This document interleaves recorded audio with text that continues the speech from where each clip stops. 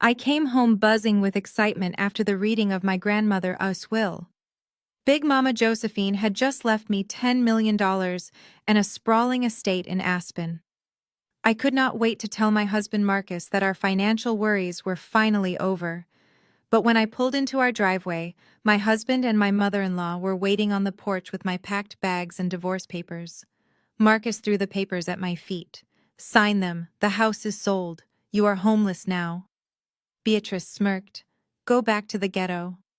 I did not cry. I just looked at the papers, looked up at their smug faces, and smiled. Marcus frowned. "What is so funny?"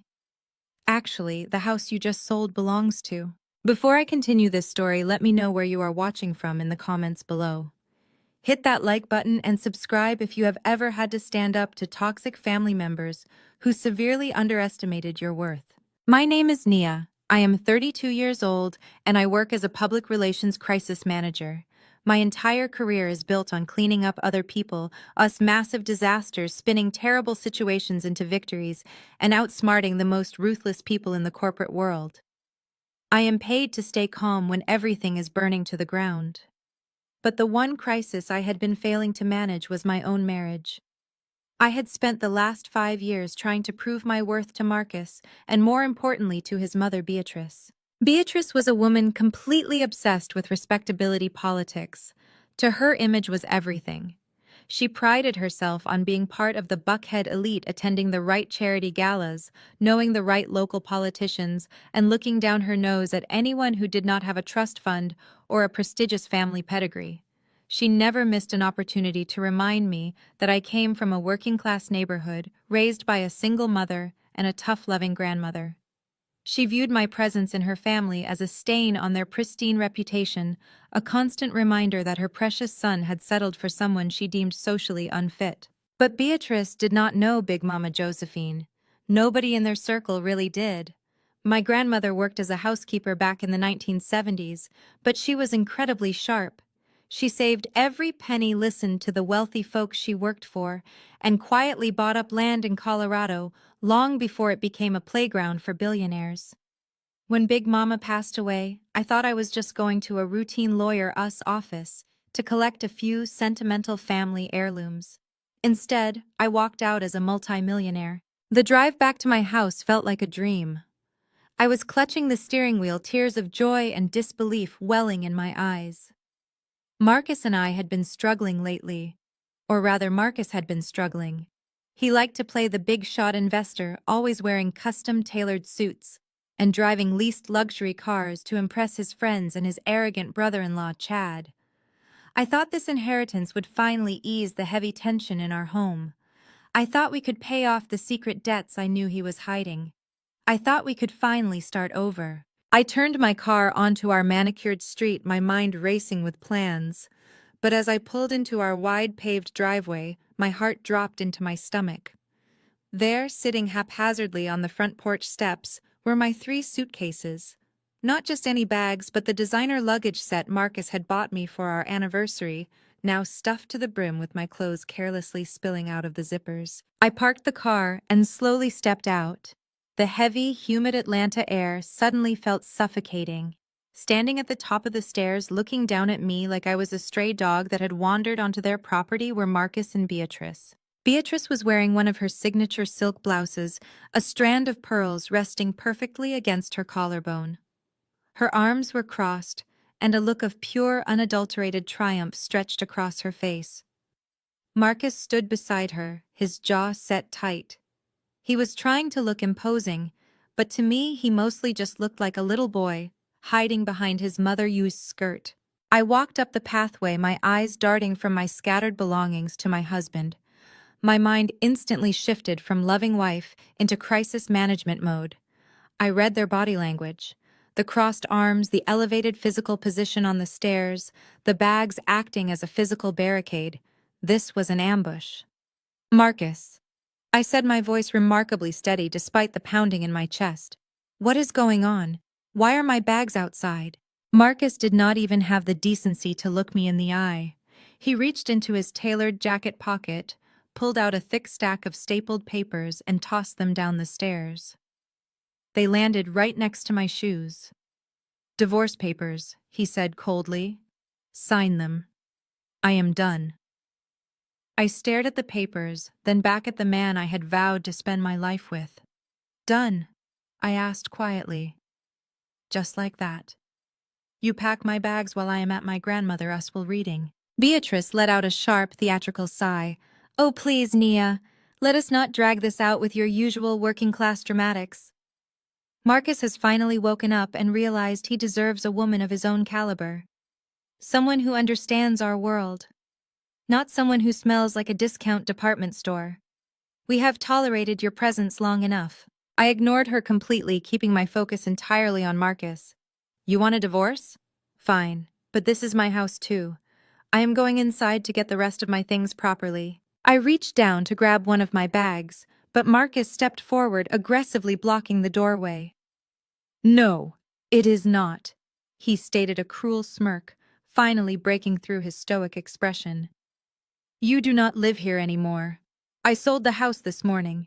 The paperwork is finalized. The buyers are taking possession by the end of the month, and I am not spending another single night under the same roof as you." My brain quickly processed his words. Sold the house. How could he possibly sell a house in a matter of hours, especially while I was gone? Beatrice took a step down toward me, her eyes glittering with absolute malice. "You heard him. The house is sold. The money is going toward Marcus's new business ventures. It is time for you to leave our neighborhood. Grab your little bags and call a cab. Go back to the ghetto where you belong. Maybe you can use whatever pennies your grandmother left you to rent a nice little shack." For a long, heavy moment, there was absolute silence on the porch. The kind of tense silence that happens right before a hurricane makes landfall. I looked down at the divorce papers resting on the concrete. I looked at the expensive luggage they had so carelessly tossed outside like trash. And then I thought about the $10 million and the Aspen estate waiting for me in my newly established trust. I thought about the frantic phone call I had received from a private investigator I had hired weeks ago when Marcus started acting suspicious. They expected me to cry. They expected me to fall to my knees, to beg Marcus to reconsider, to scream and shout, and give Beatrice the immense satisfaction of seeing the angry, unrefined woman she always claimed I was. But I did not shed a single tear.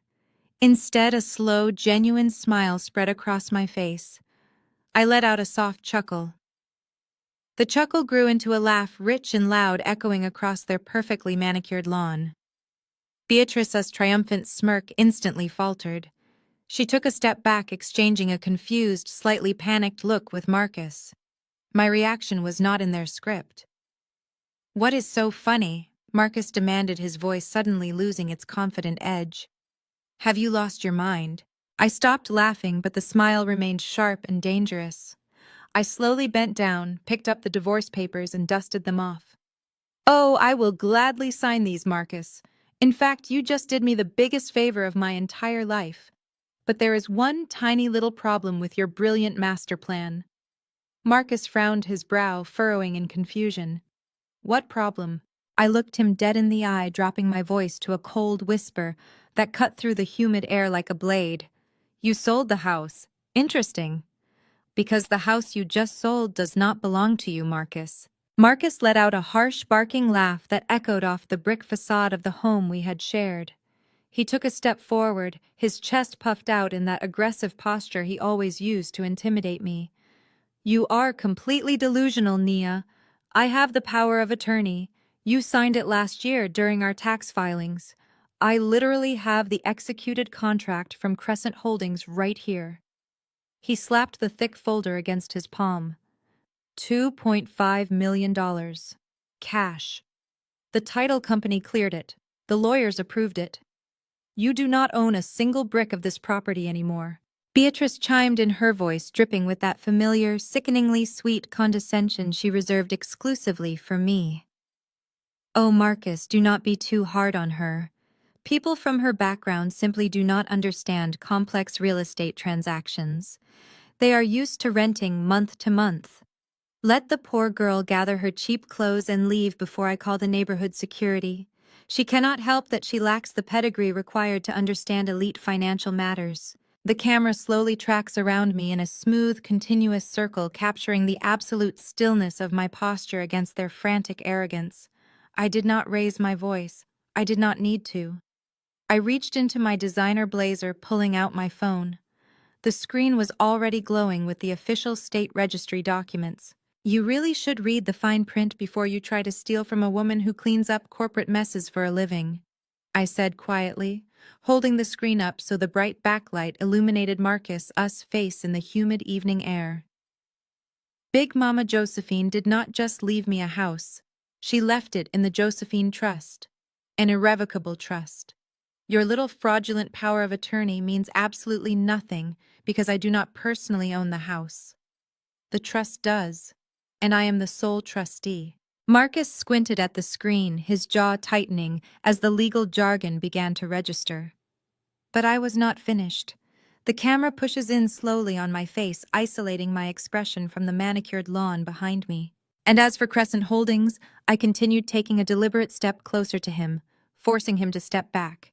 Did you really think a massive investment firm would randomly offer double the market value for a house in this specific zip code in cash within 48 hours? Crescent Holdings is a Delaware-registered LLC. I set it up 3 weeks ago. I am the sole managing member. You went behind my back, forged documents, and sold my grandmother's house right back to me. The blood drained completely from Marcus's face. He looked like a man who had just stepped off a cliff and was waiting for gravity to take over. Beatrice grabbed his arm, her perfect composure finally cracking. Her voice spiked an octave higher. What is she talking about, Marcus? Tell me she is lying. You said the lawyers vetted everything. You promised me this would fund my new country club membership. Before Marcus could formulate a lie to soothe his mother, a pair of blinding LED headlights swept across the porch. The aggressive guttural roar of a twin-turbo engine shattered the quiet suburban evening. A sleek, midnight black Porsche Panamera jerked to a halt in our driveway, tires violently crunching the decorative gravel. The camera smoothly glides away from my face, tilting down to follow the sharp opening of the car doors. Out stepped Chloe Marcus, us younger sister, clutching a limited edition Birkin bag like a shield. She wore designer sunglasses despite the sun having set an hour ago, the ultimate symbol of her desperate need to look wealthy. From the driver-us side emerged her husband Chad. Chad was the family U.S. golden ticket, a white hedge fund broker who loved to throw his weight around at our family dinners, constantly masking his racial microaggressions as financial advice. He wore his signature Patagonia fleece vest over a tailored dress shirt, looking every bit the arrogant Wall Street stereotype he was. Beatrice had always worshipped Chad, treating him as the ultimate validation of her family-us upward mobility and their ticket into the highest echelons of society. Chad slammed his car door, his eyes immediately locking onto the tension on the porch. He bounded up the steps, completely ignoring me, and marched straight to Marcus. The camera tracks his movement, staying low to emphasize his overbearing presence. "What is the holdup?" Marcus Chad demanded, his tone clipped and impatient. "Chloe told me you were kicking her out today. We have dinner reservations at the club in 20 minutes, and I want to toast to the new capital." Beatrice practically threw herself at her son-in-law. "Chad, thank goodness you are here. This crazy girl is spouting nonsense. She is claiming the house belongs to a trust and that she is the one who bought it. Tell Marcus she is lying. You handled the wire transfers." Chad finally turned his gaze toward me. He looked me up and down, a patronizing smirk playing on his lips. It was the same look he gave me at Thanksgiving when he told me public relations was a cute little hobby for a woman. He reached out and snatched the folder of documents from Marcus' limp hands. "Nia, Nia, Nia." Chad sighed, shaking his head as if dealing with a stubborn toddler. "This is why you should leave high-level finance to the professionals. You think you pulled a fast one because you set up a shell company. You think you are starring in some legal thriller. I think I caught my husband committing federal wire fraud," I replied, my voice dangerously calm. "And I think you helped him do it." Chloe scoffed from the bottom of the stairs, crossing her arms. "Do not talk to my husband like that. Chad manages millions of dollars before breakfast. You just write apology tweets for canceled celebrities. You are embarrassing yourself." Chad held up a hand silencing his wife without looking at her. He pulled his phone from his pocket, his thumbs flying across the screen. The camera circles to capture his smug profile against the dark sky. "You see, Nia, you might be smart enough to register an LLC," Chad said, his voice dripping with condescension. "But you are completely ignorant about how escrow and wire transfers actually execute. When your little fake company initiated the purchase, you had to fund the escrow account. Real money. $2.5 million of your inheritance money." He took a step closer to me, aggressively invading my personal space. The camera pushes in tight on the glowing screen of his phone, then pans up to his mocking blue eyes. "You authorized the release of those funds to close the trap on Marcus." Chad continued, his smile widening into a predatory grin. "But you forgot who was routing the transaction. The money did not go into a joint account. It went directly into an offshore corporate account that Marcus and I control. The transfer cleared exactly 14 minutes ago. The transaction is fully executed and legally binding." He shoved his phone right into my line of sight. The banking app displayed a confirmed incoming wire of $2.5 million. Marcus suddenly stood taller, his confidence rushing back as he realized Chad had seemingly saved him. Chad let out a short, triumphant laugh, tossing the folder back onto my scattered luggage. "You tried to be clever, but you just played yourself. You voluntarily wired your own grandmother us inheritance into our hands. The sale is final. You do not own the house anymore, and your money is gone. You are completely broke, Nia. Now grab your cheap bags and get off my brother-in-law us property before I have you arrested for trespassing." Chad's mocking grin seemed to freeze in time, blurring and shifting until it morphed into that exact same arrogant expression from 6 months ago. The cold air of the porch faded, replaced instantly by the overwhelming scent of roasted turkey, candied yams, and expensive sage stuffing. It was Thanksgiving Day at Beatrice U.S. sprawling estate in Buckhead. The dining room was a masterclass in aggressive wealth, featuring a glittering crystal chandelier, heavy mahogany furniture, and perfectly polished silver that caught the light from the roaring fireplace. Beatrice orchestrated family gatherings like a military general, positioning her troops for maximum psychological impact. That afternoon, she stood at the head of the long table, directing everyone to their seats with a stiff smile. When I stepped into the room wearing a brand new emerald green silk dress that I had saved up for to celebrate a recent promotion at my firm, Beatrice immediately stepped in my path. She placed a cold hand on my shoulder and guided me away from the main dining area toward the attached sunroom. "Nia, dear, we are just a bit tight on space at the main table this year," Beatrice said, her tone dripping with fake maternal concern. "You do not mind sitting out here with Chloe, us twins, do you? You are always so good with the children." Before I could protest, she had already turned her back, walking over to Chad. She practically glided across the Persian rug to pull out the heavy, ornate chair directly to her right, the seat of absolute honor.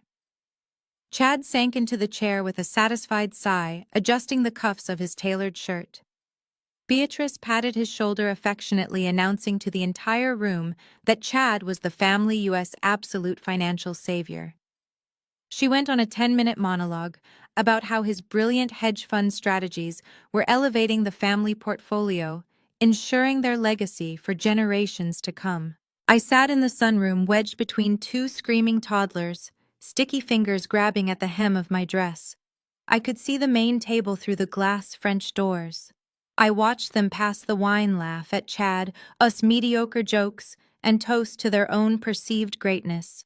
I was entirely isolated, physically and emotionally walled off from the family I had married into. After an hour of cutting up turkey into tiny pieces for the twins, I stood up to refill their water pitcher from the main dining room.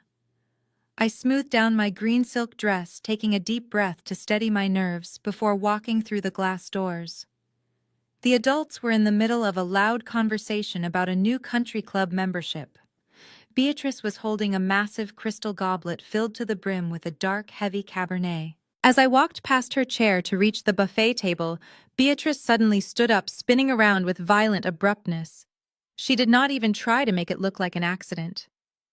The deep red wine splashed violently across the front of my dress, soaking instantly into the delicate emerald silk. The cold liquid seeped through to my skin, and a collective gasp echoed around the dining table. I froze, staring down at the massive dark stain, ruining the only nice piece of clothing I had bought for myself in a year. "Oh my goodness," Beatrice exclaimed, pressing a hand to her chest in a theatrical display of shock. "I am so terribly sorry, Nia. I simply did not see you sneaking up behind me like that. But do not fret too much. I suppose those cheap silk blends you buy from those discount outlet stores absorb liquid rather quickly. You can probably just throw it in the regular wash with a little bleach. It is not like it is designer." Chloe let out a sharp, muffled snort of laughter, covering her mouth with her napkin. I did not look at Beatrice. I did not look at Chloe. I looked directly across the table at my husband. Marcus was sitting right there. He had a prime view of his mother intentionally humiliating his wife. I waited for him to stand up. I waited for him to hand me a napkin. I waited for him to say a single word in my defense, to tell his mother she had crossed a line. Marcus picked up his heavy silver knife and fork. He cut a small piece of honey-glazed ham. He placed it in his mouth, chewed slowly, and stared intensely at his plate. He swallowed his food in absolute cowardly silence. He chose his mother us comfort over his wife us dignity, just like he always did. The silence in the room was deafening, thick with the tension of my public humiliation. That was when Chad decided to chime in, leaning back in his antique chair and swirling the amber bourbon in his glass. He looked at me with that same patronizing smirk he was wearing right now on my front porch. "Do not worry about the dress," Nia, Chad drawled, his voice booming across the quiet room. "Public relations is a tough gig. Writing little apology statements for canceled celebrities and managing social media disasters pays absolute peanuts, right? You are practically doing charity work." He took a slow, arrogant sip of his bourbon, shaking his head in mock sympathy. "Listen, if you ever want to make some real adult money, let me know. I can teach you a few basic things about high-yield investments, give you a little introductory course on how capital actually works, maybe help you get out of the discount clothing aisles and buy something nice for a change." I stood completely still, the cold wine sticking to my chest. I grabbed a cloth napkin from the buffet table and began calmly dabbing at the stain. I did not yell. I did not run out of the room crying. My public relations training kicked in instantly. When dealing with a hostile entity, you never show weakness. You find their vulnerability and you press hard.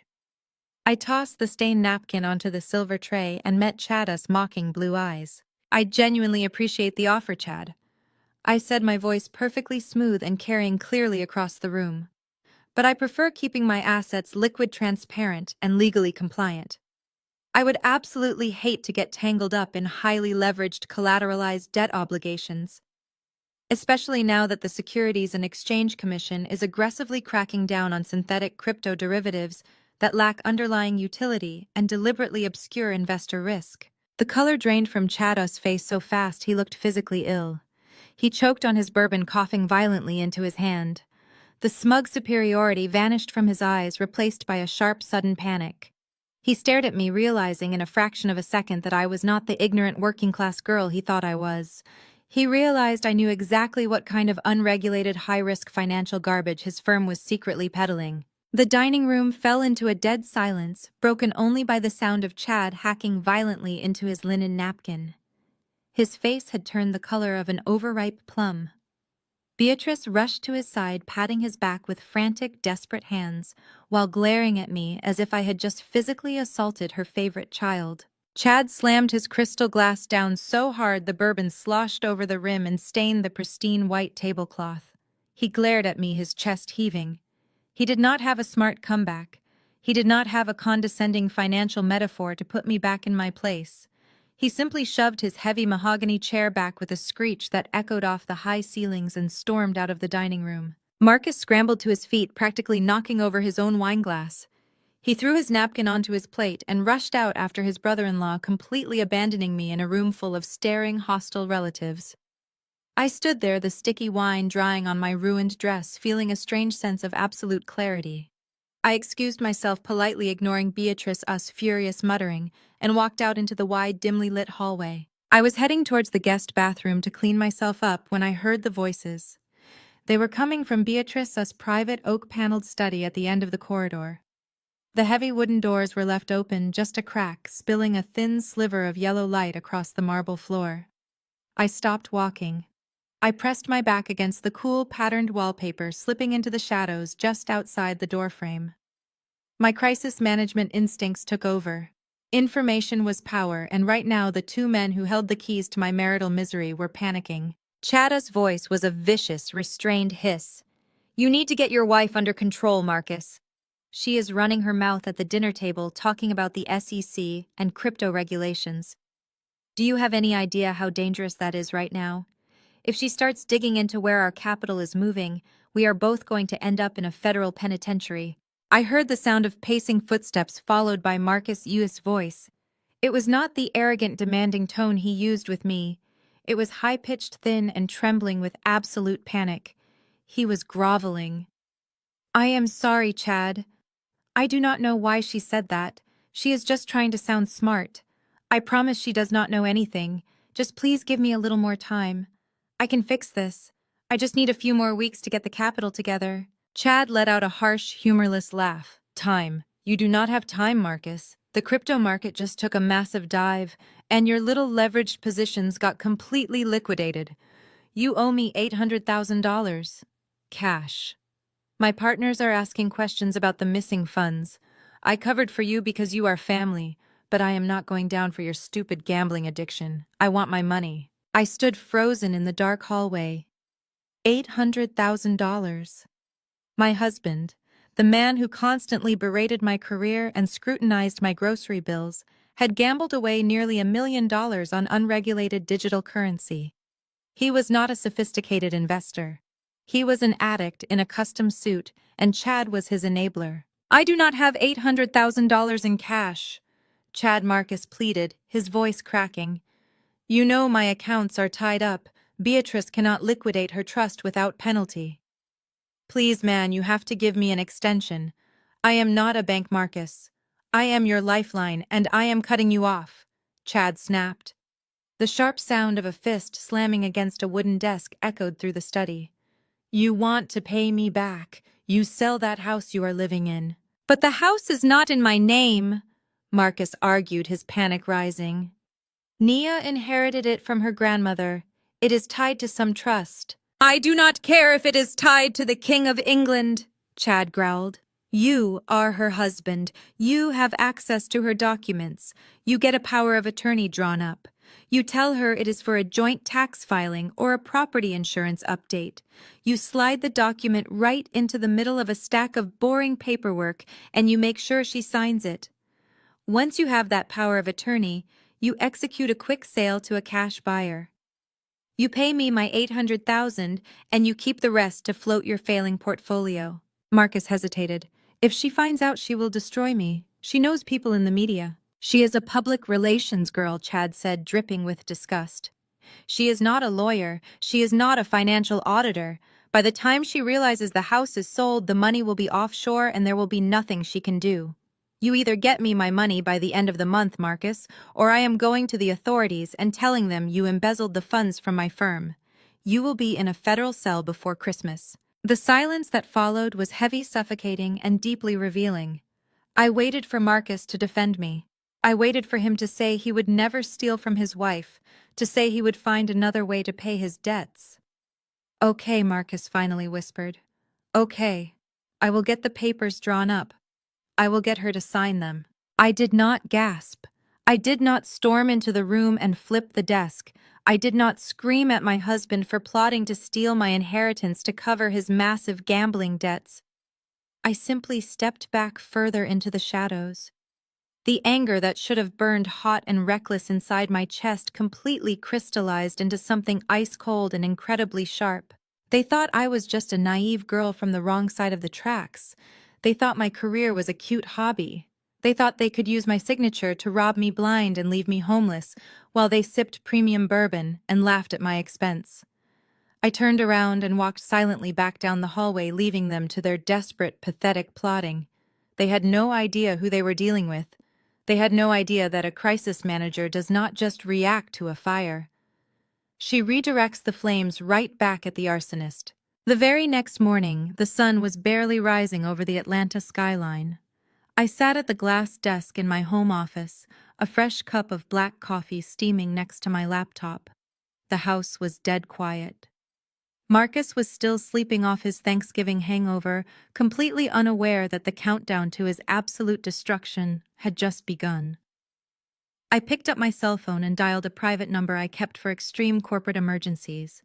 It rang twice before a deep professional voice answered. "Robert speaking." "Robert, it is Nia," I said, my voice crisp and authoritative.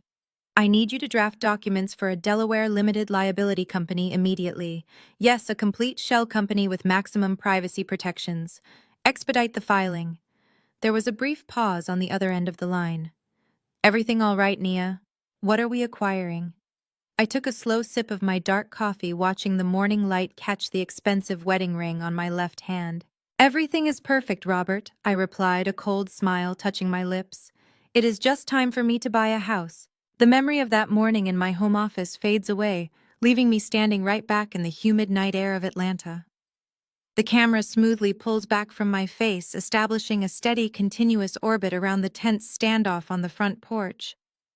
I am surrounded by my carelessly packed luggage, facing the four people who conspired to ruin me. Marcus stands rigid still, trying to process the revelation about the shell company. Chloe clutches her designer bag, her mouth slightly open. But Beatrice is not finished. She refuses to be outsmarted by someone she considers entirely beneath her social station. Beatrice steps aggressively forward, her expensive heels clicking sharply against the slate tiles. She points a manicured finger directly at my chest. Her voice rises, echoing across the perfectly manicured lawns of the wealthy neighborhood. She tells me that my little corporate trick means absolutely nothing. She screams that I am a parasite, a working-class freeloader who leeched off her son for 5 long years. She proudly declares that she was the one who orchestrated this entire sale, boasting that pushing Marcus to sell the property was the only way to sever the heavy dead weight holding their family back from true greatness.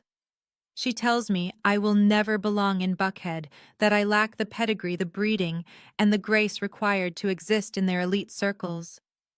She stands tall, a smug look of absolute victory washing over her face, waiting for me to break down and cry. I do not move a single muscle. The camera continues its slow circle, capturing the absolute calm in my posture against the frantic, desperate energy of my mother-in-law. I let her finish her entire hateful monologue. I let the silence hang in the air for 3 full seconds. Then I raise my phone. "You talk entirely too much, Beatrice," I say, my voice completely steady. "And you are incredibly careless with who you invite into your home." I tap the screen of my phone. A crisp, clear audio recording begins to play at maximum volume, cutting through the quiet suburban night. It is Beatrice speaking.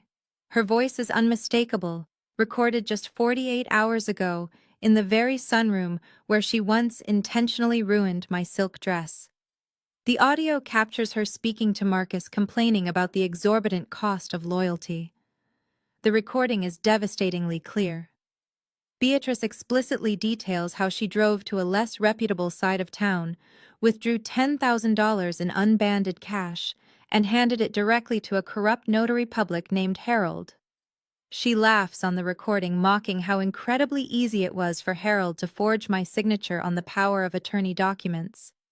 She brags about bypassing the legal system, stating that a little bit of cash can fix any problem when you are dealing with desperate working-class people. The recording ends with a sharp click. The transformation on the porch is instantaneous and severe. Beatrice loses every ounce of her color. Her face turns ash white, and the smug superiority completely vanishes, replaced by raw, unadulterated terror. She looks like a woman who has just watched the floor drop out from underneath her. She takes a stumbling step backward, her hand flying to her chest, clutching her pearls as she struggles to draw breath. Chloe gasps loudly, physically backing away from her mother, as if Beatrice has suddenly caught a contagious disease. Marcus looks paralyzed, his eyes darting frantically between his mother and my phone. For a moment, it looks like absolute victory. But Chad, the arrogant hedge fund broker, refuses to accept defeat. The camera drops slightly, angling up at Chad as he forcefully inserts himself into the center of the confrontation. He throws his shoulders back, attempting to use his physical size to intimidate me. He lets out a harsh, dismissive bark of laughter. "You really think you have won something here?" Nia Chad demands, his voice dripping with condescension. "You think you are starring in a courtroom drama? That audio file is a joke." Chad takes a step closer, pointing aggressively at my phone. "It is completely inadmissible in civil court. You recorded her without consent, which makes it legally worthless. My firm retains the best defense attorneys in the state of Georgia. They will tie you up in litigation for the next decade. They will claim the audio is manipulated, deep-faked, or taken entirely out of context. You have absolutely nothing." He crosses his arms over his Patagonia vest, a nasty, victorious grin spreading across his face. "You can play your little recordings all night long, but the facts remain the same. The transaction cleared. The wire transfer was officially routed through the Federal Reserve. $2.5 million is sitting safely and legally in an offshore account that Marcus and I control. The sale is finalized. We have the cash. We have the legal representation. We have the power." He leans in close, his voice dropping to a harsh whisper. "You are a public relations girl with a bunch of suitcases on a porch. We have millions. What exactly do you have?" The camera pushes in tight on my face, stopping its continuous orbit to focus entirely on my reaction. I do not look angry. I do not look defeated. I look at Chad with a deep, genuine sense of overwhelming pity. I tilt my head slightly, letting a soft, sympathetic smile touch my lips. "Are you absolutely sure the money is in Marcus' U.S. account, Chad?" I ask, my voice barely above a whisper, yet carrying the weight of a judge delivering a final sentence. "Why do you not open your phone and check?" The heavy silence of the humid suburban night hung over the porch like a physical weight. Chad let out a short, forced laugh that sounded more like a bark, trying to maintain his posture of absolute superiority. He looked at me as if I had just suggested the sky was falling. He shook his head, his blonde hair catching the harsh glare of the security lights. He did not reach for his phone. He believed his own lies too deeply to ever doubt them. But Marcus was not Chad. Marcus lacked the sociopathic confidence required to ignore a direct threat. The color had already drained from Marcus's face, leaving his skin a sickly pale gray. His hands began to tremble so violently that he dropped the thick folder of forged real estate documents onto the decorative gravel. Ignoring the scattered papers, he frantically shoved his hand into the pocket of his tailored slacks and pulled out his phone. He tried to unlock the screen using facial recognition, but his face was slick with a sudden cold sweat. The device rejected him. He swore under his breath, a desperate guttural sound, and jabbed his thumb against the screen, manually typing in his passcode with shaking fingers. Chad turned his head, his mocking smile finally slipping as he watched his brother-in-law unravel. "What are you doing, Marcus?" Chad snapped, his tone sharp and irritated. "Put the phone away. She is bluffing. She is a PR rep trying to spin a narrative. Do not let her get in your head." Marcus did not listen. His eyes were glued to the glowing screen as he navigated to his encrypted offshore banking application. The app loaded a small spinning circle indicating it was connecting to the secure servers. For 3 excruciating seconds, the only sound on the porch was the ragged, shallow breathing of my husband. Then the screen flashed. It was not the comforting green or neutral blue of a successful transaction. The entire display illuminated his panicked face with a harsh, brilliant red warning banner. Marcus let out a sound that was half gasp and half choke. He stumbled backward, his knees hitting the edge of my scattered luggage. He stared at the screen as if it were a venomous snake about to strike. "What is it?" Beatrice demanded, her voice shrill and panicked.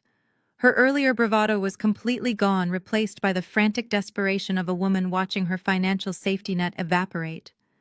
"Marcus, tell me what it says. Tell me the money is there." Marcus could not speak. His jaw moved, but no sound came out. He simply turned the phone around so the bright red screen faced his mother, his brother-in-law, and his sister. The words were printed in bold, undeniable block letters. Account frozen, pending federal investigation, zero balance. Chad snatched the phone out of Marcus's trembling hand. He stared at the error message, his eyes darting frantically across the screen, reading the fine print of the banking alert. The arrogant hedge fund manager who had just threatened to have me arrested for trespassing suddenly looked like a trapped animal. He tapped the screen aggressively, trying to force the application to refresh, trying to bypass the federal hold. The red banner remained completely immovable. "What did you do?" Chad roared, spinning around to face me. He took a threatening step forward, raising the phone as if he wanted to throw it at my head. "Where is the wire transfer, Naya?" My firm routed that money through an encrypted Cayman portal. It was untraceable. Where is my $2.5 million? I did not step back. I held my ground, standing perfectly still amidst my packed suitcases. The camera slowly pushes in, isolating my calm expression against the backdrop of their absolute chaos. "You really think I just write apology tweets and draft press releases, do you not, Chad?" I said, my voice smooth and dangerously quiet. "You think crisis management is just smiling at reporters and handing out non-disclosure agreements? When a Fortune 500 CEO gets caught embezzling millions of dollars, or a tech billionaire has his private servers compromised, who do you think the board of directors calls to clean up the digital footprint? They call my firm. And they call me." I took a slow, deliberate step toward him, forcing the towering hedge fund manager to plant his feet defensively. To scrub a financial crime from the public record, you have to know exactly how financial crimes are committed, I explained, watching the realization slowly dawn in Chad's panicked eyes. You have to understand encryption, routing numbers, digital escrow transfers, and offshore banking loopholes. I deal with high-level cybersecurity breaches before breakfast. And Marcus, you are incredibly sloppy with your cybersecurity. Marcus flinched, wrapping his arms around his own torso, as if trying to physically shield himself from my words. "You used the same lazy 8-character password for your secure crypto wallet that you use for our home Wi-Fi network and your primary checking account."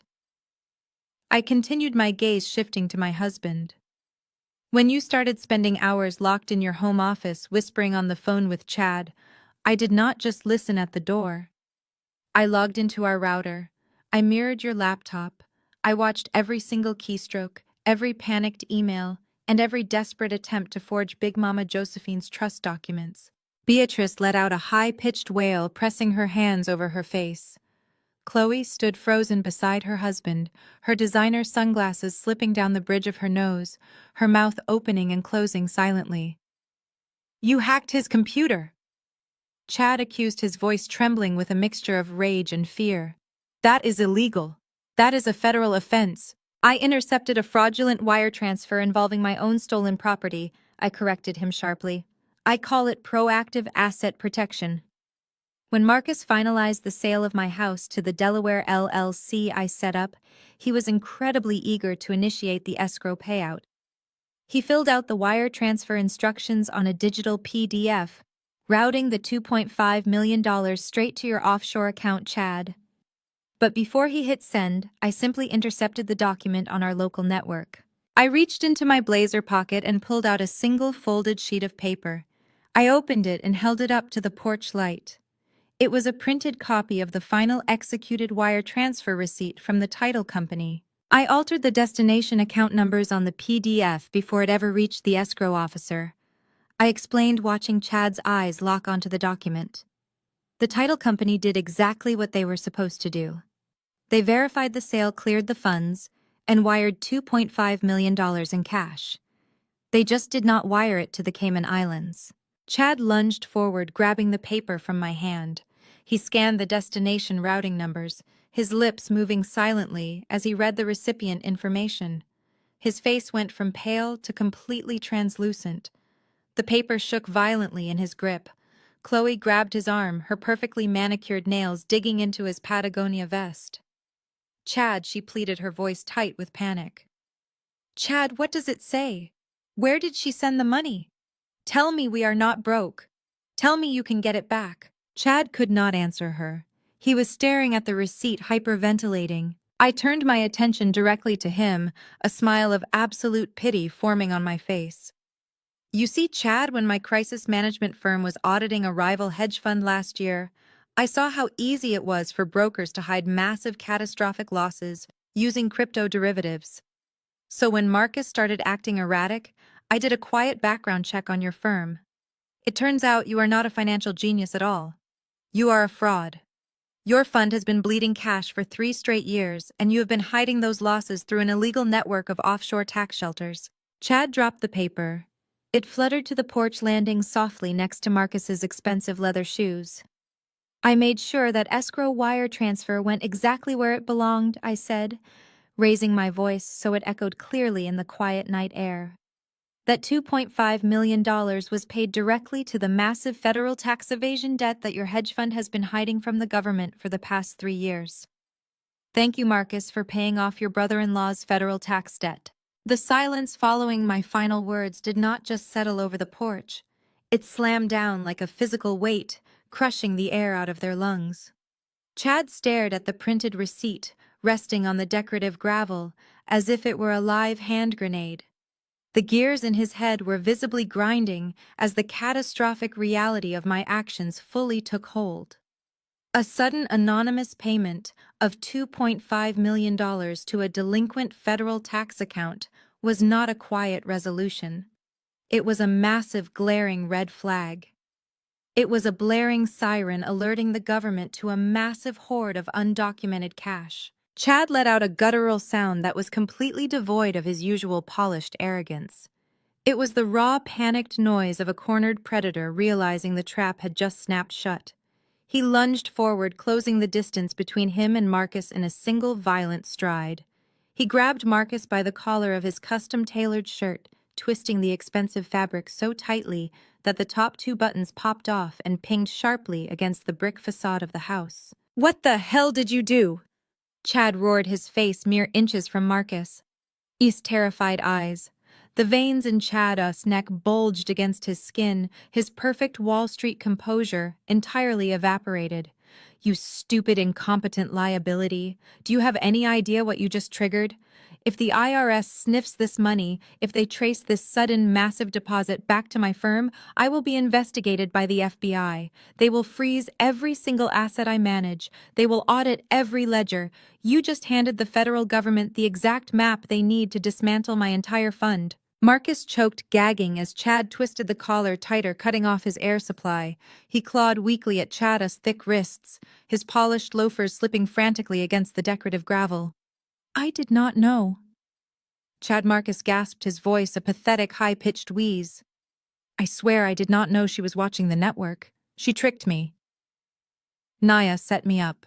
"You set yourself up, you arrogant fool," Chad screamed, shaking him so violently that Marcus's head snapped back and forth. "I told you to make sure the transaction was clean. I trusted you to handle your own wife. Now my firm is exposed. I am exposed. I am going to lose my licenses, my clients, my freedom, because you could not secure a simple digital transfer." Beatrice stood frozen for a fraction of a second, watching the 2 pillars of her financial security physically tear each other apart on her front lawn. The illusion of her perfect aristocratic family was shattering into a million irrecoverable pieces. Panic finally overpowered her shock. She dropped her designer handbag and threw herself into the melee. "Chad, stop it!" Beatrice shrieked, her voice cracking with hysteria. She grabbed Chad's forearms, digging her manicured fingernails into his flesh, trying to pry his massive hands away from her golden child. "You are hurting him. Chad, let him go right now. This is a misunderstanding. We can fix this. We have lawyers. We can call the bank." "There is no bank to call." Beatrice Chad spat, shoving her hands away, but finally releasing his death grip on Marcus' shirt. Marcus collapsed onto the gravel, gasping for air and clutching his bruised throat. Chad loomed over him, breathing heavily, his eyes wild with unadulterated terror. "You cannot call customer service and ask for a refund from the Internal Revenue Service. The money is gone, and the feds are going to come looking for the rest of it."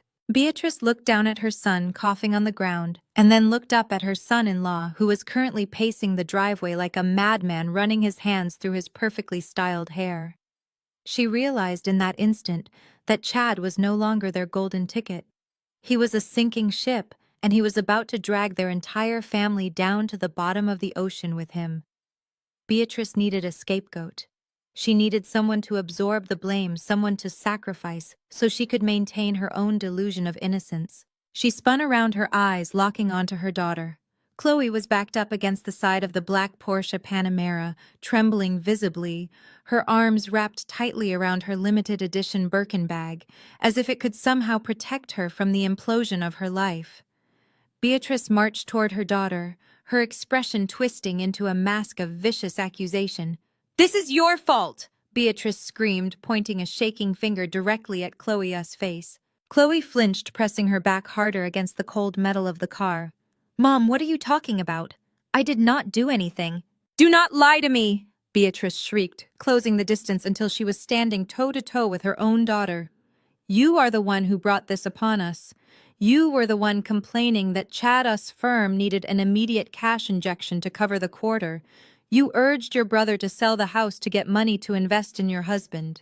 You pushed Marcus into this desperate corner." "I did not." Chloe cried out, her voice entirely stripped of its usual privileged boredom. "Mom, I swear I did not know Chad was in trouble with the IRS. I just wanted my country club fees paid. You are the one who told Marcus to forge the documents. You paid the notary. You set this whole thing up.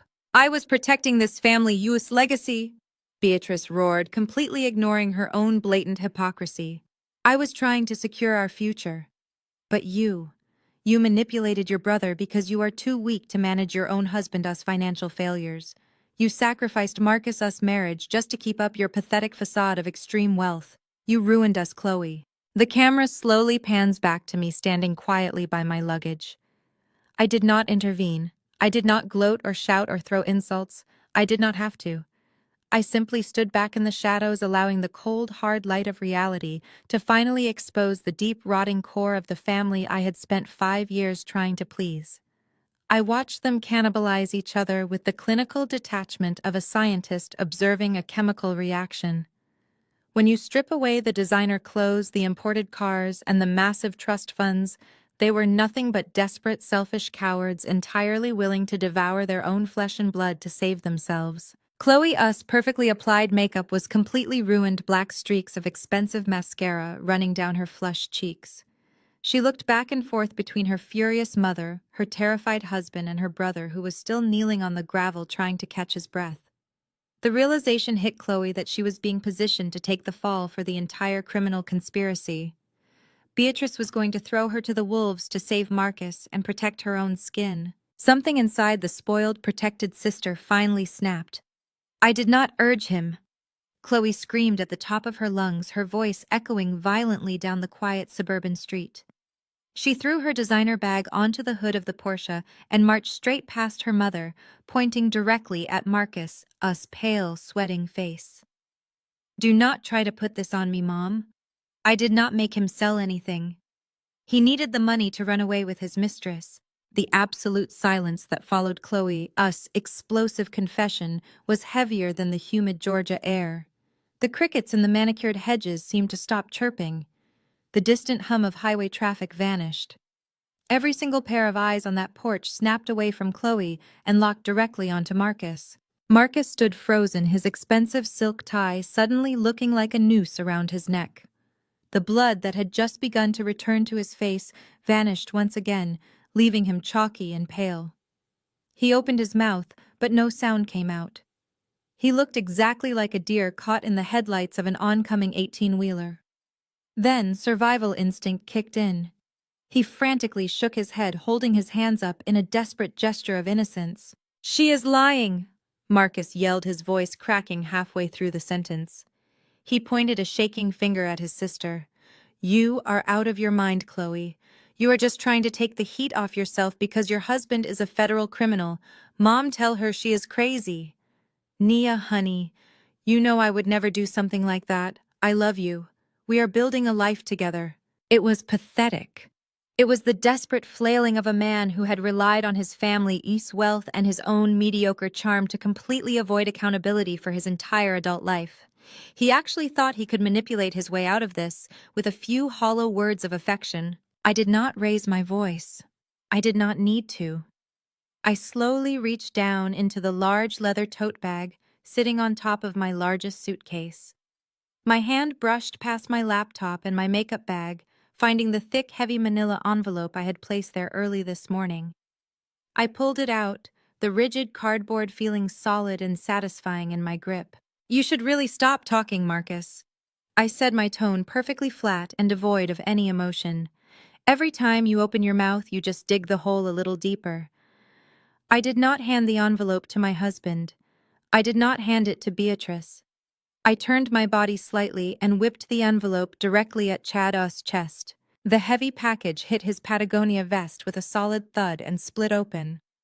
Dozens of high-resolution glossy 8x10 photographs spilled out, cascading through the air and landing face-up on the decorative gravel between us. The harsh glow of the motion sensor security lights illuminated every single undeniable detail. There were photos of Marcus sitting in a dimly lit corner booth of a high-end downtown steakhouse holding hands with a woman. There were photos of Marcus and the same woman walking into the lobby of a discreet luxury boutique hotel on the north side of the city. There were photos of them kissing next to his car in a parking garage. But the most important detail was not what Marcus was doing. It was who he was doing it with. Chad stared down at the photographs scattered around his expensive shoes. His eyes darted from one image to the next, his brain struggling to process the visual information. The woman in the photos had striking platinum blonde hair worn in a very specific sharp bob. She was wearing designer pencil skirts and carrying a distinctive red leather briefcase. "That is not just some random girl from a bar, Chad," I said, stepping forward, so I was standing right over the scattered evidence. "Take a really good look at her face. That is Jessica, your senior executive assistant, the woman who manages your daily schedule, the woman who handles your encrypted communications." Chad's breathing stopped completely. His chest stopped moving. He stared at the picture of Marcus and Jessica kissing, and the reality of the situation crashed into him like a physical blow. "You see, Chad?" I continued, my voice carrying the steady, rhythmic cadence of a seasoned prosecutor delivering a closing argument.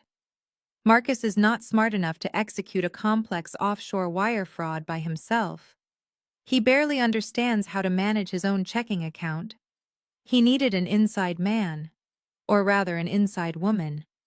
Jessica holds the keys to your entire kingdom, does she not? She has the administrative passwords to your hidden ledgers. She knows exactly how you route your untaxed capital through those Cayman Island shell companies." Beatrice let out a low, horrified moan, pressing her hands against her cheeks. She looked at her son as if she did not recognize him anymore. "They were not just having a cheap suburban affair, Chad," I said, pointing down at the photos. "They were studying your operation. They were plotting. Marcus was not going to give you that $2.5 million from the house sale. He was going to use it to fund a new life. He and Jessica were quietly transferring your hidden offshore assets into a completely separate, untraceable crypto wallet. They were going to drain your illegal funds, blind you completely, and disappear to a non-extradition country before you even realized the money was missing. They were going to leave you holding the bag for the SEC and the IRS. The absolute magnitude of the betrayal short-circuited Chad's brain. He realized in one terrifying instant that the brother-in-law he had constantly mocked and belittled had been actively conspiring with his own trusted assistant to steal his hidden wealth and destroy his life. Marcus was not just a loser, he was a parasite actively chewing through Chad's financial lifelines. Chad let out a roar that did not sound human. It was a raw, guttural sound of pure, unadulterated masculine rage. He lunged forward with terrifying speed. Marcus did not even have time to raise his hands in defense. Chad grabbed the front of Marcus' expensive dress shirt, twisting the fabric in his massive fists, and slammed him backward against the brick column of the porch. The impact rattled the windows of the estate. "You absolute parasite!" Chad screamed, spittle flying from his lips. "You thought you could steal from me. You thought you could take my money and my assistant and leave me to take the fall for the feds. I gave you everything. I kept you afloat when you were drowning in debt, and you try to ruin me." Chad pulled his right arm back, the muscles in his shoulder bunching tight beneath his shirt, and drove his fist directly into Marcus's face. The sound of bone cracking echoed sharply across the lawn. Marcus crumpled instantly, his legs giving out beneath him. He hit the gravel hard, rolling onto his side and clutching his jaw. Bright red blood immediately began to spill from his split lip, and his nose dripping onto the crisp white collar of his shirt. Chad stood over him, chest heaving, his hands balled into tight, trembling fists, ready to strike again. Beatrice screamed a high-pitched, piercing sound of maternal terror. She threw herself forward, grabbing Chad's arm and pulling with all her remaining strength. "Stop it, Chad!" Beatrice shrieked, tears finally ruining her perfect composure. "You will kill him! Let him go!" Chad shoved her off with a violent jerk of his shoulder, pointing a warning finger at her face. "You keep away from me, Beatrice. Your son is a thief. Your entire family is a liability. I am done with all of you." He turned his back on them, completely ignoring his sobbing wife, and marched toward his black Porsche, leaving Marcus bleeding on the ground. Marcus slowly pushed himself up onto his hands and knees. He spat a mouthful of blood onto the gravel, breathing heavily. His custom shirt was ruined, his face was rapidly swelling, and his grand escape plan was completely destroyed. He had lost his mistress, his stolen money, and his brother-in-law, U.S. protection, all in the span of 10 minutes. He was backed into the tightest, most inescapable corner of his entire life. But narcissists do not surrender when they are cornered. They simply become more vicious. Marcus wiped the blood from his chin with the back of his hand, smearing the red stain across his cheek. He looked up at me, standing perfectly composed beside my bags. A dark, twisted smile slowly spread across his bruised face. He let out a wet, ragged laugh that sounded completely unhinged. "Go ahead and laugh," Nia, Marcus rasped, pushing himself up so he was sitting on his knees, his eyes burning with a manic, desperate energy. "Let Chad walk away. Let the feds take his money. I do not care. You think you won because you froze the house sale. You think you outsmarted me." He gripped the edge of a brick planter, pulling himself unsteadily to his feet. He swayed slightly, but his gaze never left mine. "You forgot one very important detail about our little marriage, Nia," he sneered, his voice rising in volume, filled with toxic, triumphant venom. "We live in a state with equitable distribution laws. You just inherited $10 million from that old hag Josephine. You put the house in a trust, but you did not hide the liquid cash fast enough. Under marital law, I am entitled to half of every single dime you brought into this marriage." He took a stumbling step toward me, pointing a bloody finger at my face. "You are going to pay me $5 million, Nia. I do not care what it takes. I will hire the most vicious, ruthless divorce attorneys on the Eastern Seaboard. I will drag your name through the mud. I will tie up your entire inheritance in probate court for the next 20 years. You think you ruined my life today. I am going to use your own grandmother-us money to completely destroy yours." Beatrice immediately rushes forward to shield her son. She drops to her knees on the sharp gravel, completely ignoring the ruin of her designer skirt. She pulls a monogrammed silk handkerchief from her pocket and begins dabbing frantically at the blood pouring from Marcus's split lip. She glares up at Chad with absolute venom, but her primary focus remains fiercely locked on me. She hauls Marcus to his feet, wrapping her thin arm around his waist to steady his swaying frame. Her chin tilts upward, her posture screaming of old money entitlement and vicious matriarchal pride. "He is exactly right," Beatrice declares, her voice ringing out across the manicured lawns, sharp and triumphant. Her eyes gleam with a sudden, intoxicating dose of greed. "You actually thought you could outmaneuver us, Nia. I knew from the day you married my son that you were hiding something. I knew you were trying to secure your own assets while leeching off our social standing. That is why I went into Marcus's home office safe 3 years ago. I took a copy of your prenuptial agreement and I handed it directly to the most ruthless estate litigators in Atlanta." She pats Marcus's chest, smoothing down his ruined, bloody shirt, as if presenting him as the ultimate victor. "They tore your little contract apart." Beatrice boasts a sickeningly sweet smile stretching across her face. "They found the loopholes you thought you so cleverly disguised. The document lacks proper independent counsel verification on the final addendums and fails to accurately disclose the full projected value of Josephine Must Trust. In the eyes of a Georgia family court, that agreement is entirely void. It is legally worthless. Marcus spits another mouthful of blood onto the ground, but he manages to mirror his mother's arrogant smirk. He leans heavily against Beatrice, his confidence returning in a rush of toxic adrenaline. "You are going to finance my new life?" "Naya." Marcus slurs his words, slightly muffled by his swelling jaw. "I will take half of the Aspen estate. I will take half of the 10 million. I will have your accounts frozen by tomorrow morning. You thought you left me with nothing, but you just handed me the keys to your entire generational wealth. I am going to bleed you dry, and there is not a single thing your crisis management skills can do to stop it." I do not move. I do not flinch. I stand perfectly still in the humid night air, letting the absolute silence stretch out between us. I let their delusions of grandeur hang suspended in the darkness. Then I begin to laugh. It starts as a low, soft chuckle echoing from the back of my throat. It is not hysterical or defensive. It is a sound of pure, unadulterated amusement.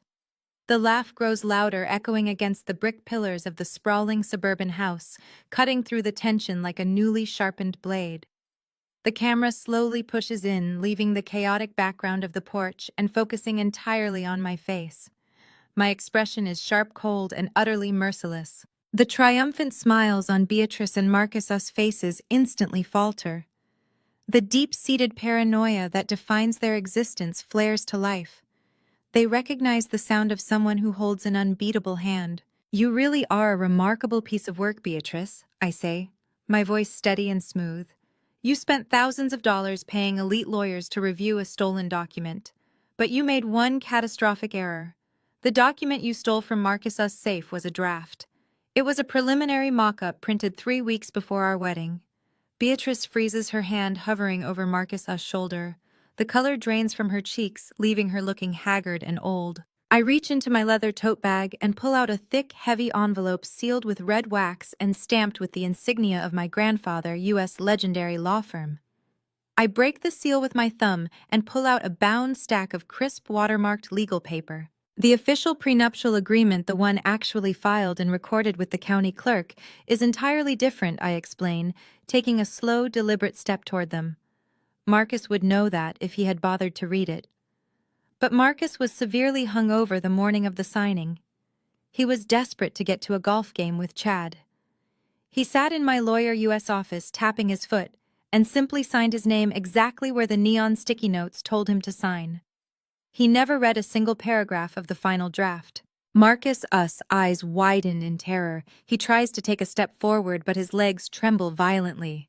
"What did you make me sign, Nia?" he demands, his voice cracking with sudden panic. "I made you sign a document that contained a highly specific, incredibly unforgiving lifestyle and morality clause," I say, tapping the thick legal packet against my open palm.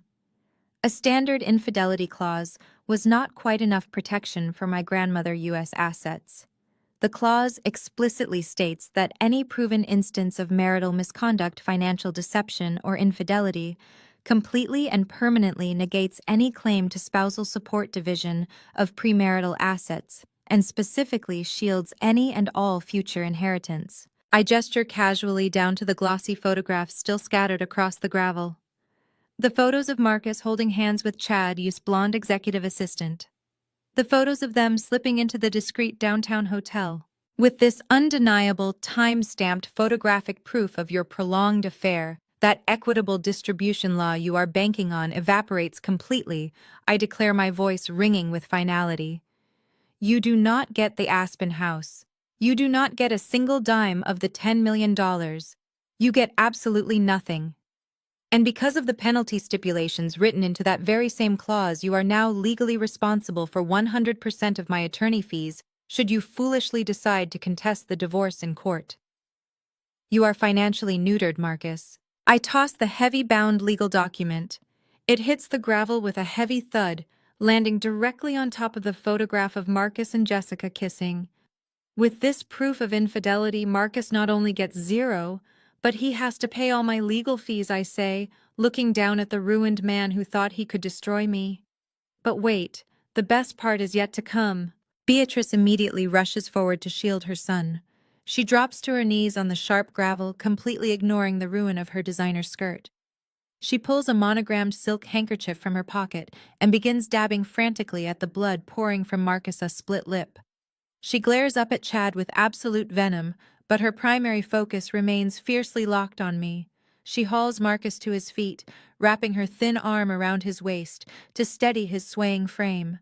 Her chin tilts upward, her posture screaming of old money entitlement and vicious matriarchal pride. "He is exactly right," Beatrice declares, her voice ringing out across the manicured lawns, sharp and triumphant. Her eyes gleam with a sudden intoxicating dose of greed. "You actually thought you could outmaneuver us, Nia. I knew from the day you married my son that you were hiding something. I knew you were trying to secure your own assets while leeching off our social standing. That is why I went into Marcus Yu's home office safe 3 years ago. I took a copy of your prenuptial agreement and I handed it directly to the most ruthless estate litigators in Atlanta." She pats Marcus's chest, smoothing down his ruined bloody shirt as if presenting him as the ultimate victor. "They tore your little contract apart." Beatrice boasts a sickeningly sweet smile stretching across her face. "They found the loopholes you thought you so cleverly disguised. The document lacks proper independent counsel verification on the final addendums and fails to accurately disclose the full projected value of Josephine U.S. Trust. In the eyes of a Georgia family court, that agreement is entirely void. It is legally worthless." Marcus spits another mouthful of blood onto the ground, but he manages to mirror his mother's arrogant smirk. He leans heavily against Beatrice, his confidence returning in a rush of toxic adrenaline. "You are going to finance my new life, Nia." Marcus slurs his words, slightly muffled by his swelling jaw. "I will take half of the Aspen estate. I will take half of the 10 million. I will have your accounts frozen by tomorrow morning. You thought you left me with nothing, but you just handed me the keys to your entire generational wealth. I am going to bleed you dry, and there is not a single thing your crisis management skills can do to stop it." I do not move. I do not flinch. I stand perfectly still in the humid night air, letting the absolute silence stretch out between us. I let their delusions of grandeur hang suspended in the darkness. Then I begin to laugh. It starts as a low, soft chuckle echoing from the back of my throat. It is not hysterical or defensive. It is a sound of pure, unadulterated amusement. The laugh grows louder, echoing against the brick pillars of the sprawling suburban house, cutting through the tension like a newly sharpened blade. The camera slowly pushes in, leaving the chaotic background of the porch and focusing entirely on my face. My expression is sharp, cold, and utterly merciless. The triumphant smiles on Beatrice and Marcus's faces instantly falter. The deep-seated paranoia that defines their existence flares to life. They recognize the sound of someone who holds an unbeatable hand. "You really are a remarkable piece of work, Beatrice," I say, my voice steady and smooth. "You spent thousands of dollars paying elite lawyers to review a stolen document, but you made one catastrophic error. The document you stole from Marcus U.S. safe was a draft. It was a preliminary mock-up printed 3 weeks before our wedding." Beatrice freezes her hand, hovering over Marcus's shoulder. The color drains from her cheeks, leaving her looking haggard and old. I reach into my leather tote bag and pull out a thick, heavy envelope sealed with red wax and stamped with the insignia of my grandfather, U.S. legendary law firm. I break the seal with my thumb and pull out a bound stack of crisp watermarked legal paper. "The official prenuptial agreement, the one actually filed and recorded with the county clerk, is entirely different," I explain, taking a slow, deliberate step toward them. Marcus would know that if he had bothered to read it. But Marcus was severely hungover the morning of the signing. He was desperate to get to a golf game with Chad. He sat in my lawyer U.S. office tapping his foot and simply signed his name exactly where the neon sticky notes told him to sign. He never read a single paragraph of the final draft. Marcus's eyes widen in terror. He tries to take a step forward, but his legs tremble violently. "What did you make me sign, Nia?" he demands, his voice cracking with sudden panic. I made you sign a document that contained a highly specific, incredibly unforgiving lifestyle and morality clause, I say, tapping the thick legal packet against my open palm. A standard infidelity clause was not quite enough protection for my grandmother-us assets. The clause explicitly states that any proven instance of marital misconduct, financial deception, or infidelity completely and permanently negates any claim to spousal support division of premarital assets and specifically shields any and all future inheritance. I gesture casually down to the glossy photographs still scattered across the gravel. The photos of Marcus holding hands with Chad's blonde executive assistant. The photos of them slipping into the discreet downtown hotel. With this undeniable time-stamped photographic proof of your prolonged affair, that equitable distribution law you are banking on evaporates completely, I declare, my voice ringing with finality. You do not get the Aspen house. You do not get a single dime of the $10 million. You get absolutely nothing. And because of the penalty stipulations written into that very same clause, you are now legally responsible for 100% of my attorney fees, should you foolishly decide to contest the divorce in court. You are financially neutered, Marcus. I toss the heavy-bound legal document. It hits the gravel with a heavy thud, landing directly on top of the photograph of Marcus and Jessica kissing. I watch Marcus scramble to process the absolute destruction of his grand legal strategy.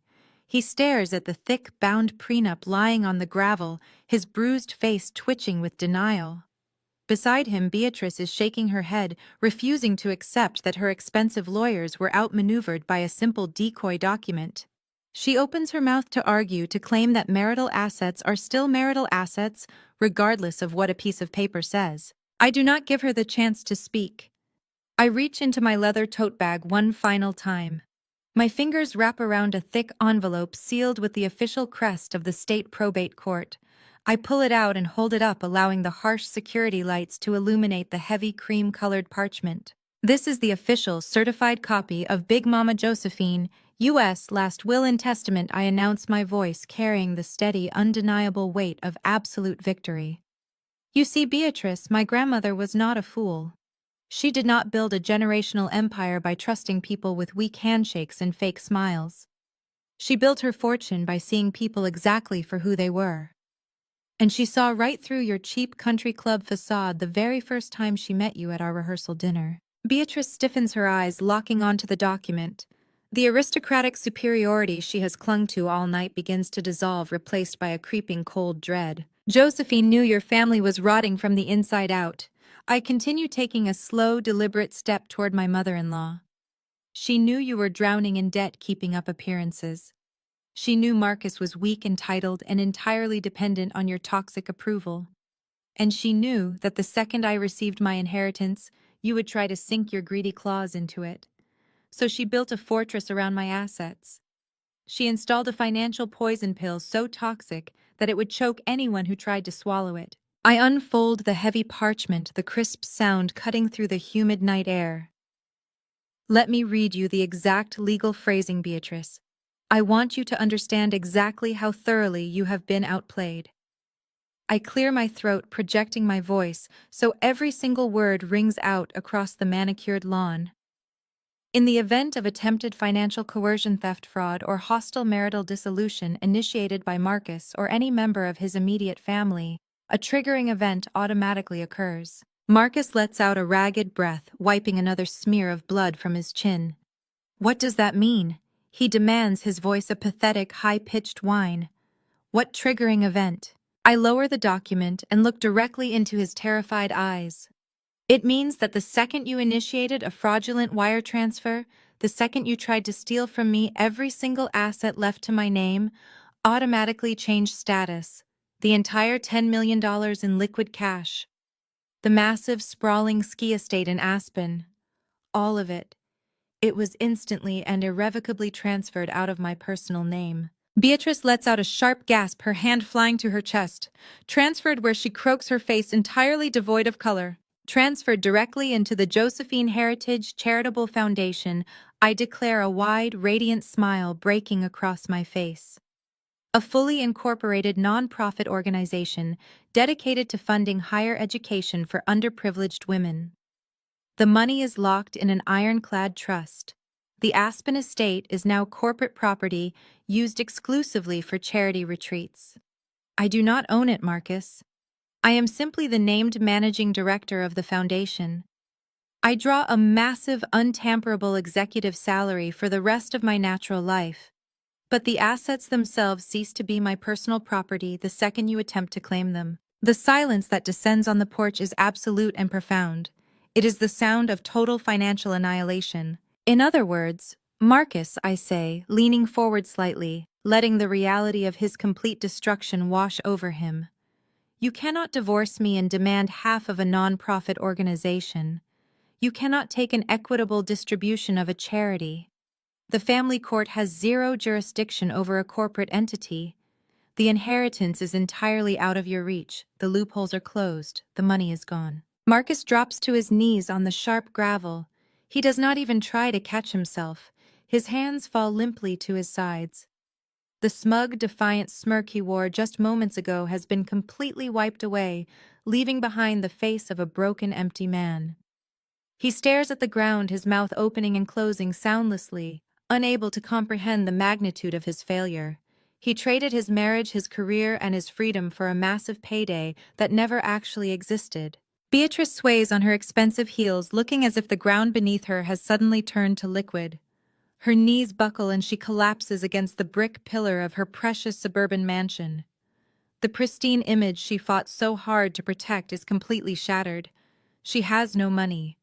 Her son is facing severe federal fraud charges. Her son-in-law is about to be investigated by the IRS. Her daughter is screaming hysterically by the Porsche. The generational wealth she thought she had secured has vanished into thin air, leaving her with nothing but debts and disgrace. You get absolutely nothing, I say, looking down at the four of them, my voice echoing with cold finality. You conspired against me. You tried to ruin my life and steal my future, and in the end you are left completely empty-handed. You are totally and utterly broke. Chloe sinks to the ground beside the front tire of the car, burying her face in her hands and sobbing uncontrollably. Chad remains frozen near the driveway, staring blankly into the darkness, his mind entirely consumed by the impending arrival of federal auditors. Marcus is a bleeding, shivering mess on the gravel. Beatrice just stares at me, her eyes wide and vacant, finally realizing that she picked a fight with someone who was always 10 steps ahead. I turn my back on them and reach for the handle of my largest suitcase, preparing to walk down the driveway and leave them to wallow in the wreckage of their own making. But before I can take a single step, a new sound cuts through the heavy, suffocating silence of the night. It starts as a faint, distant wail echoing from the main highway. It grows louder rapidly, piercing the quiet suburban atmosphere. The sound is sharp, urgent, and entirely unmistakable. The wailing multiplies, layering over itself as multiple vehicles accelerate toward our exact location. Chad snaps out of his paralyzed daze, his head whipping toward the entrance of the affluent neighborhood. Marcus freezes on the gravel, his bloodshot eyes going wide with fresh terror. Beatrice presses her back against the brick pillar, her entire body shaking. The wailing grows deafening, bouncing off the manicured houses and echoing down the long, winding street. The sound tears through the neighborhood, ripping apart the quiet, wealthy facade.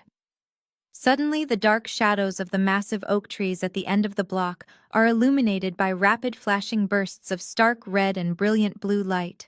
The sirens are not passing by. They are turning directly onto the street. The heavy tires of multiple police cruisers screech against the asphalt, accelerating with aggressive, terrifying purpose. The flashing lights paint the faces of my ruined family in alternating shades of crimson and harsh blue.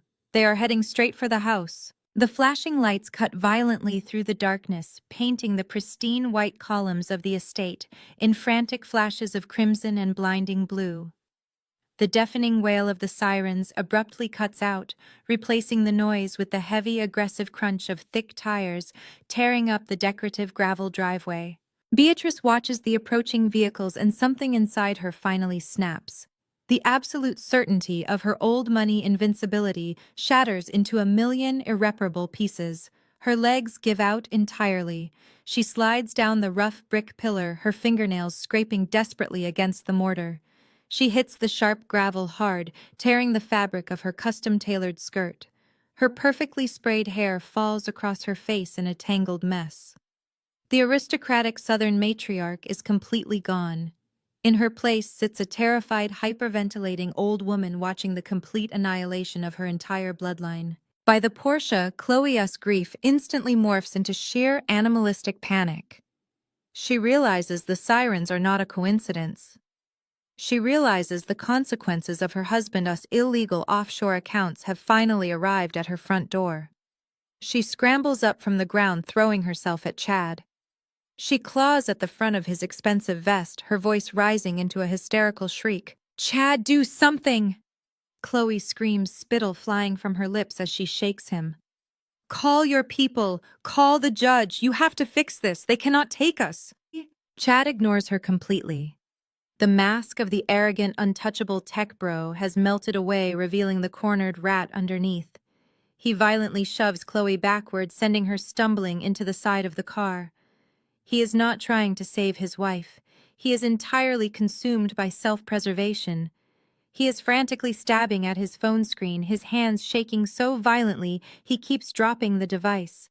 He holds it up to his ear, pacing wildly, looking frantically toward the dark tree line at the edge of the property, calculating if he has enough time to sprint into the woods and disappear. "Pick up the phone," Chad hisses into the receiver, his eyes darting back and forth. "Pick up the damn phone. I need the jet prepped. I need you to wire the emergency funds right now, but it is far too late to run." These are not local neighborhood patrol cruisers responding to a domestic disturbance. 3 massive matte black SUVs barrel up the long driveway. They do not park politely. They swerve aggressively, cutting off all possible exit routes and completely boxing in Chad's Porsche. The heavy armored doors fly open in perfect unison. The men and women stepping out of the vehicles are not wearing standard police uniforms. They are wearing dark tactical gear and dark windbreakers with bold yellow letters plastered across their backs. FBI. They move with terrifying practiced efficiency. 2 agents immediately flank the driveway, cutting off Chad's path to the woods. Chad freezes his phone, slipping from his sweaty grip and clattering onto the pavement. He slowly raises his hands, his chest heaving, his face drained of all blood. A tall, broad-shouldered lead agent marches directly up the center of the driveway. He bypasses Chloe, who is sobbing hysterically against the car tire. He ignores Marcus, who is still curled on the ground, clutching his bleeding face. He stops right in the middle of the carnage, radiating absolute authority. Chad attempts one final pathetic display of power. He drops his hands slightly, trying to summon his usual arrogant bluster. "Listen to me," Chad stammers, his voice trembling. "You are making a massive mistake. I play golf with the district attorney. You have no idea who you are dealing with. I demand you call my legal team before you take another step on my property." The lead agent does not even blink. He completely ignores Chad's hollow threats. He reaches into the inside pocket of his tactical jacket and pulls out a thick folded stack of official documents. He snaps the papers open, the sound sharp and definitive in the tense night air. Marcus and Chad, the lead agent, announces, his voice booming over Chloe's relentless sobbing. "You are both under arrest for suspicion of complex federal wire fraud and systemic tax evasion. You have the right to remain silent. Anything you say can and will be used against you in a court of law." 2 agents immediately step forward, hauling a limp, bleeding Marcus off the gravel and snapping heavy steel handcuffs around his wrists. 2 more agents aggressively spin Chad around, slamming him against the hood of his own Porsche and securing his arms behind his back. The lead agent lowers the first warrant and pulls out a second sheet of paper. He slowly turns his gaze away from the 2 men and looks directly down at Beatrice, who is still trembling on the ground by the brick pillar. And Beatrice, the agent, says, his tone devoid of any sympathy, "We are going to need you to step into the vehicle right now. You are being brought into federal custody for immediate questioning regarding the felony bribery of a state notary public." The cold metal of the handcuffs clicking around Beatrice's thin wrists echoes louder than the dying sirens. Her knees buckle immediately. The 2 federal agents catch her by her arms, hauling her upright with practiced indifference. The monogrammed silk handkerchief she used to wipe her son's blood flutters from her trembling fingers, landing in a dark puddle of motor oil and gravel on the driveway. porch lights begin to flick on across the exclusive cul-de-sac like a synchronized theatrical display. Heavy oak doors swing open. The wealthy neighbors, the very people Beatrice has spent 3 decades trying to impress, dominate, and socially terrorize, step out onto their immaculate front lawns. Men in silk robes and women in velvet slippers gather at the edges of their property lines. The soft glow of smartphone screens illuminates the darkness as cameras are raised high, capturing every single humiliating second of the matriarch's spectacular downfall. This is the exact nightmare Beatrice has spent her entire life running from. The absolute destruction of her pristine, aristocratic facade. She sees the glowing lenses of the cameras pointing directly at her ruined designer skirt and her handcuffed wrists. The sheer horror of her complete social annihilation finally overrides her vicious pride. She twists wildly against the agent's unyielding grip and locks her eyes onto me. The toxic venom she spewed all evening is entirely gone, replaced by a pathetic, desperate terror. "Nia, please." Beatrice begs, her voice breaking into a high-pitched wail. Tears spill over her eyelashes, carving jagged dark lines through her expensive foundation. "Tell them to stop. We are family, Nia. We are family. You have the trust fund. Call your grandfather, us firm. Pay their bail. Pay whatever they want. You have to save us." I do not rush to her side. I slowly walk down the porch steps, my heels crunching rhythmically against the gravel, until I am standing just inches away from her tear-stained face. I look at her shaking frame and feel absolutely nothing but a profound, icy calm. "Family?" I ask, my voice dropping to a low, steady register that cuts perfectly through the chaotic noise of the police radios. 10 minutes ago, you called me a liability. You told me my entire bloodline was a joke. You specifically ordered me to pack my bags and go back to whatever slum you thought I crawled out of. I tilt my head, offering her a bright, blindingly radiant smile. "I am simply following your explicit instructions, Beatrice. I am leaving. As for you, I sincerely hope your federal holding cell matches your aristocratic standards. Good luck finding a country club behind bars." Beatrice lets out a guttural, devastating sob, slumping entirely against the agents as they drag her toward the back of the waiting SUV. Marcus is already in the back of another cruiser, crying loudly into the plexiglass divider, his ruined face pressed against the window. The focus of the chaos violently shifts toward the driveway. Chad is not going down quietly. The arrogant, untouchable tech bro facade has been entirely replaced by the frantic thrashing of a cornered animal. He violently twists his shoulders against the 2 agents, pinning him to the hood of his own Porsche. The custom seams of his expensive vest rip loudly. "Get your hands off me!" Chad roars, his face turning a dangerous shade of crimson. "I am not going anywhere. You have absolutely zero proof of any offshore activity. My servers are heavily encrypted on foreign soil. You have no jurisdiction here. I will sue this entire department into bankruptcy." He thrashes his head around, desperately scanning the dark tree line and the flashing lights, as if expecting his mistress to emerge from the shadows with a magical solution. His sense of entitlement is so deeply ingrained that he genuinely believes he can order his way out of a federal indictment. "Jessica," Chad screams, his voice cracking with pure manic panic. "Jessica, initiate the White Protocol. Call the Cayman proxy. Burn the hidden ledgers. Jessica, where are you?" The lead FBI agent finishes securing the heavy plastic zip ties around Chad's wrists, pulling them painfully tight. He steps back casually, adjusting the collar of his tactical jacket. He looks down at the flailing millionaire executive with an expression of absolute utter boredom. "You can stop yelling for your assistant, Chad." The agent states, his voice projecting clearly over the flashing lights and the sobbing women.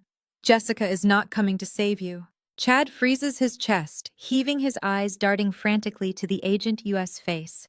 In fact, the agent continues casually pulling a small digital recorder from his pocket.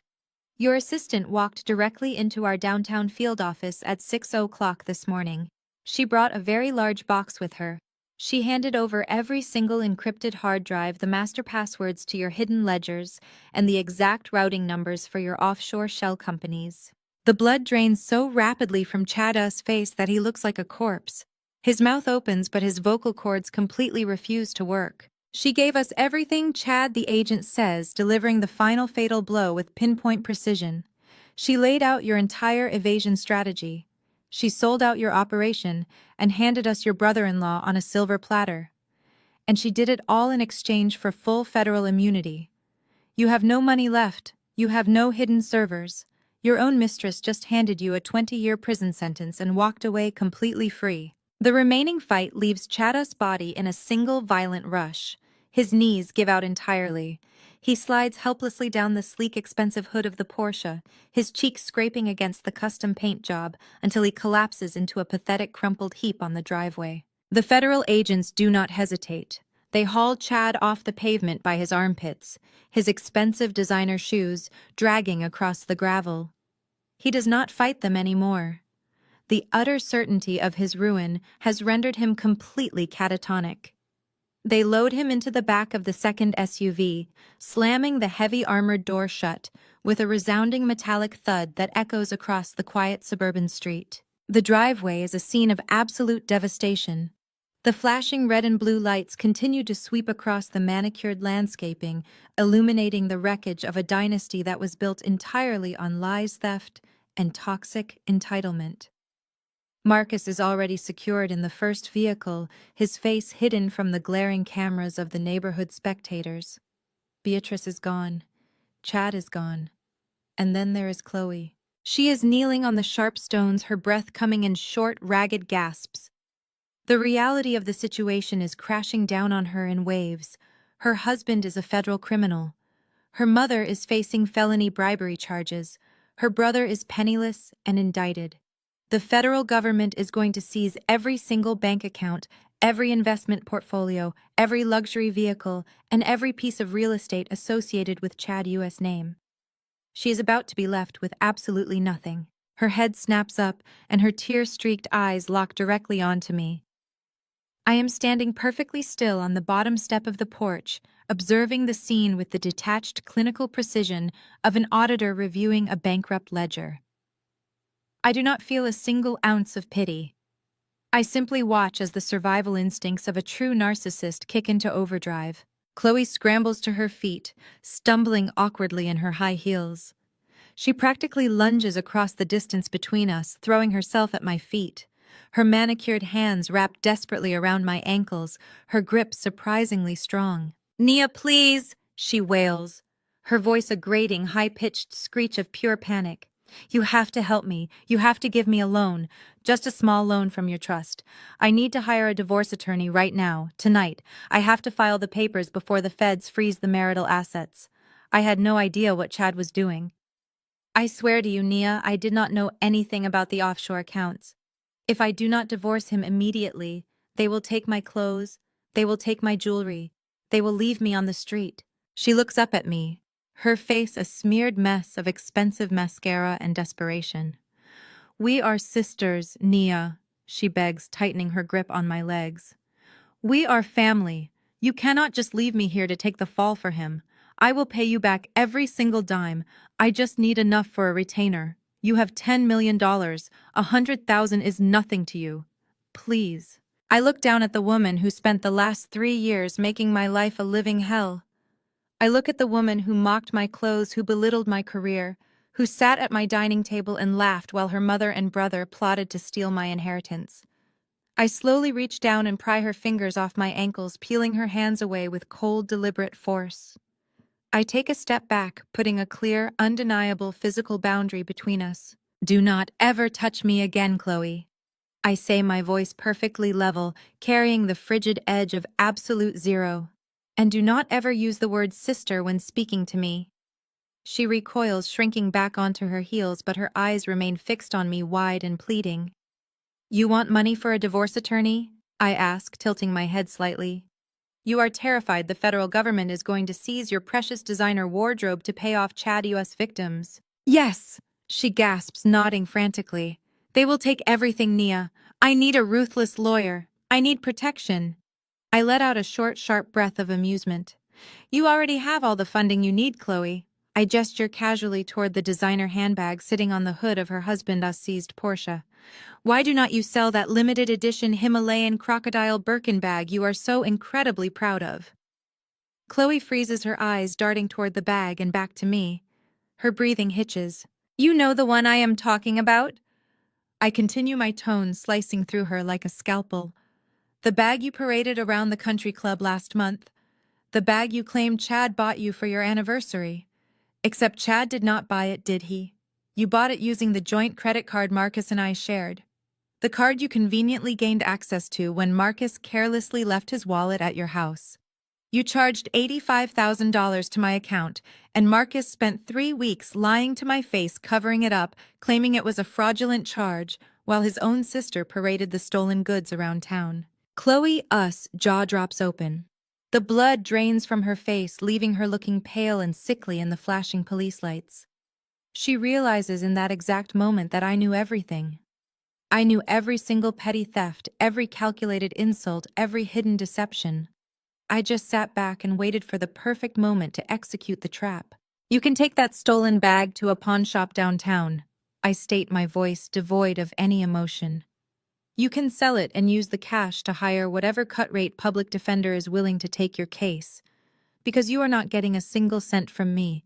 My trust fund is entirely inaccessible to anyone carrying your last name.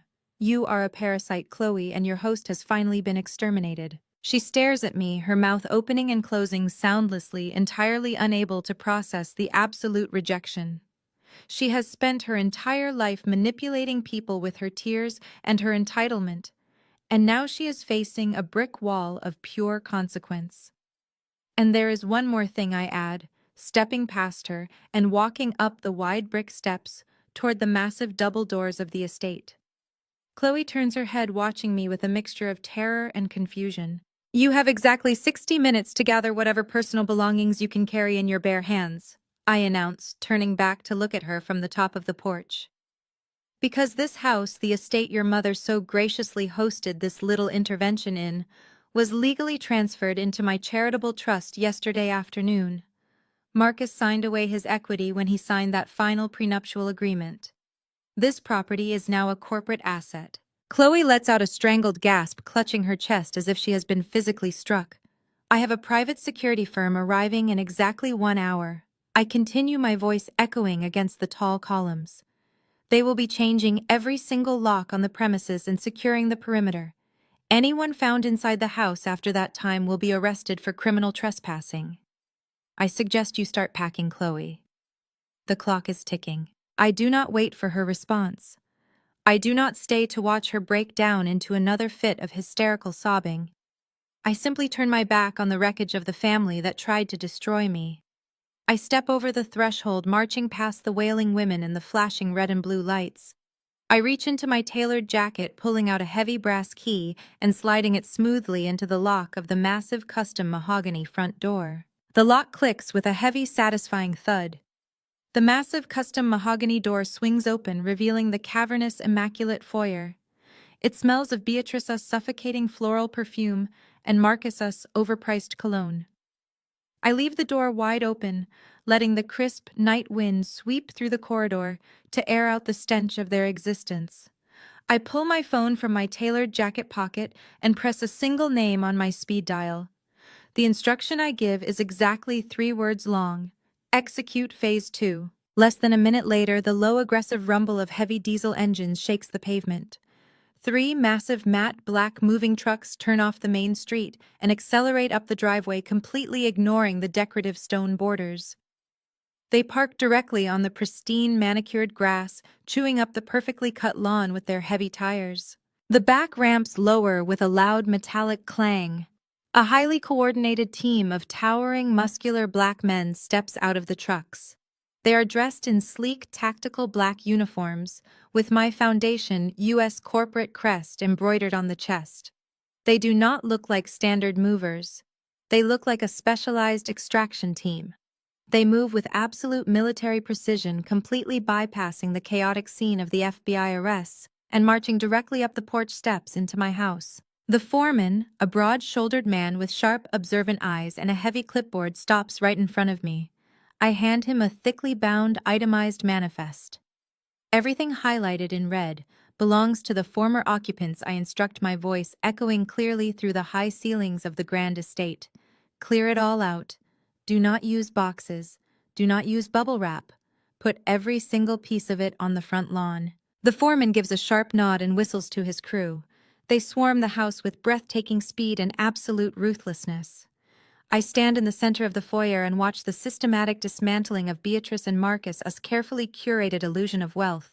The crew grabs Beatrice as faux antique vases from the hallway pedestals, marching them outside and dumping them unceremoniously onto the damp grass. They drag Marcus us garish velvet wingback chairs across the imported rugs, shoving them out the front door. They haul out the massive, ridiculous oil portrait of Beatrice that hung over the main staircase, treating it like a piece of cheap plywood and tossing it face down onto a patch of dirt. The pristine front lawn rapidly transforms into a chaotic graveyard of country club vanity. Designer coats, imported Italian leather shoes, and silk pillows rain down from the front balcony as the movers clear out the master bedroom. Marcus U.S. custom golf clubs are dumped into a tangled heap of metal and leather, clattering loudly against the brick walkway. The sheer volume of their fake, ostentatious possessions creates a mountain of garbage directly in front of the flashing red and blue police lights. Chloe watches from the driveway, her hands clamped over her mouth in sheer horror. She sees a stack of Marcus U.S. expensive tailored suits land in a muddy puddle of motor oil near the FBI vehicles. She tries to dart forward to salvage a cashmere throw, but one of the massive movers simply steps into her path, folding his arms and standing like an immovable brick wall until she cowers and retreats back to the Porsche. I walk slowly through the downstairs rooms, watching the space being violently purged of their toxic presence. Every single item removed feels like a literal physical weight lifting off my chest. The suffocating atmosphere of pretending to be less than I am, of playing the obedient, quiet wife to stroke a weak man's ego, simply vanishes into thin air. The house is finally breathing. I am finally breathing. I turn around and walk back out onto the front porch, standing at the top of the brick steps to survey the absolute finality of my work. Down on the driveway, the FBI agents are concluding their arrests. The lead agent has a firm, unyielding grip on Marcus's shoulder, forcefully guiding him toward the open back door of the armored SUV. Marcus is stumbling, his designer shirt ripped and stained with gravel dust and his own blood. Just before the agent pushes his head down to clear the doorframe, Marcus stops. He turns his head and looks up at me. His bruised, swollen eyes meet mine one last time. He expects to see sorrow. He expects to see rage. He expects to see some lingering shred of the desperate woman he thought he could endlessly manipulate and destroy for his own financial gain. He finds absolutely nothing. I raise my left hand, stepping forward so the harsh glare of the police cruisers perfectly illuminates the heavy platinum wedding band and the flawless 3-carat diamond on my finger. Marcus freezes against the agent's grip. He stares at the ring. It is the ultimate symbol of his fake marriage, the tool he used to trap me, the asset he thought guaranteed him a lifetime of generational wealth. I look him dead in the eye. My face is completely devoid of pity. It is the face of a woman who has successfully exterminated a parasite. I slide the ring off my finger. I do not throw it at him in a fit of dramatic rage. I do not fling it into the grass. I hold it out over the edge of the porch, perfectly aligned with the rusted iron grate of the storm drain built into the side of the brick walkway. I do not blink. I open my fingers. The heavy diamond drops. It hits the metal grate with a sharp, resonant ping that cuts through the noise of the idling truck engines.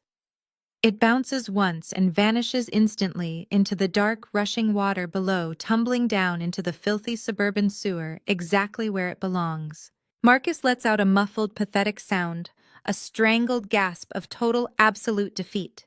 His shoulders collapse entirely.